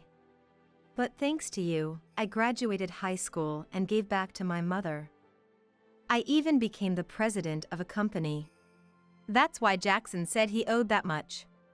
The three of us, as a family, exchanged glances and gratefully accepted the rent proposal. This was what happened that day 2 years ago. As Noah said, I own this house now and am renting it to this family. If you don't believe me, I'll show you the documents later. Jackson glanced at Noah, then turned back to the in-laws with a smile. However, either family is welcome to rent the house. Shall I offer you a bargain? Jackson smiled at my astonishment. I'll also introduce you to new properties. After the funeral, we moved out of the house and into an apartment Jackson had recommended. Just unpack the bare essentials. We'll probably be able to move back to that house soon, Jackson said with a mischievous smile, and I asked him what made him think so. Noah, curious too, came closer to us. I actually thought about kicking them out that day. But then I changed my mind. Listen, here's the plan. Jackson leaned in, as if sharing a secret with us. 3 days later, we went back to our old home saying, we left a couple of things behind. Under the pretense that we were retrieving them. Anna reluctantly offered snacks when Jackson joined us. How's the new place? Not bad at all, John replied contentedly. Really? Noah asked. Yes, really. No noises from the empty stairs? Or in the shower room? Noah looked around the living room fearfully. Right, Noah said there were ghosts, didn't he? I don't think Mom knows about it, but ever since Dad got hospitalized, I started to hear strange noises. Once, I saw the hem of a skirt on the stairs, thinking Mom was back, but no one was there. That's ridiculous. Anna's words were cut off as Noah and Jackson simultaneously looked upstairs. Is there someone on the second floor? That was impossible. Sophia completely lost her vigor after her divorce with Harry was finalized. Although she was silent, she was in the living room. What? Stop with this nonsense. I didn't hear anything. Noah and Jackson exchanged glances and hurriedly packed up. That's good to hear. We'll take our leave then. They rushed out of the house and quickly got into the car. The in-laws, who had come to see us off at the entrance, looked frightened. In the car, we burst into laughter. Jackson's plan was to use the lie about ghosts that Noah had made up on the spot. This is for treating Liam poorly for so long. Where in the world do you find a parent or sister neglecting their dying son and getting ready to move into his house? I couldn't agree more with the words that Jackson spat out while he was driving. Jackson and Noah played such pranks on them repeatedly. Eventually, it was even said that mysterious incidents that neither of them had even mentioned would occur in that house. The in-laws and Sophia got creeped out, mistaking the noises in the house for poltergeists. They complained to Jackson and Noah, but we never experienced such things. Jumping to conclusions can be a scary thing, Noah said, laughing. Eventually, the in-laws and Sophia couldn't stand it anymore and moved out of the house. They rented a place within their budget, introduced by Jackson. That was just business. I made sure to find them a decent, budget-friendly old apartment, Jackson said with a sly smirk, and Noah and I applauded. By the way, Sophia, after divorcing Harry, had to start working again to pay child support. Seems like she's getting a taste of the harshness of society. I wish her all the best now that she has to single-handedly take care of her parents who had looked after her. Eventually, we returned to the house we bought with Liam. Although we couldn't buy it back, we still live there for a rent of $100. Harry and his 3 kids have started to visit again. Sophia seems to be asking for reconciliation, but Harry is not considering it at all. Once a month, Jackson comes over to collect the rent. He times it with Liam's monthly anniversary. After looking at Liam's photo, we have dinner together, and he even listens to Noah's troubles, now a high school student. And Noah and I have a little secret joy. It's the stories about Liam's school days that we hear occasionally at dinner. We hear so many stories that we never knew about, and we learn new things about Liam. I'm sure Liam is smiling with us around the dining table. No way, come on, Liam would say, making childish excuses.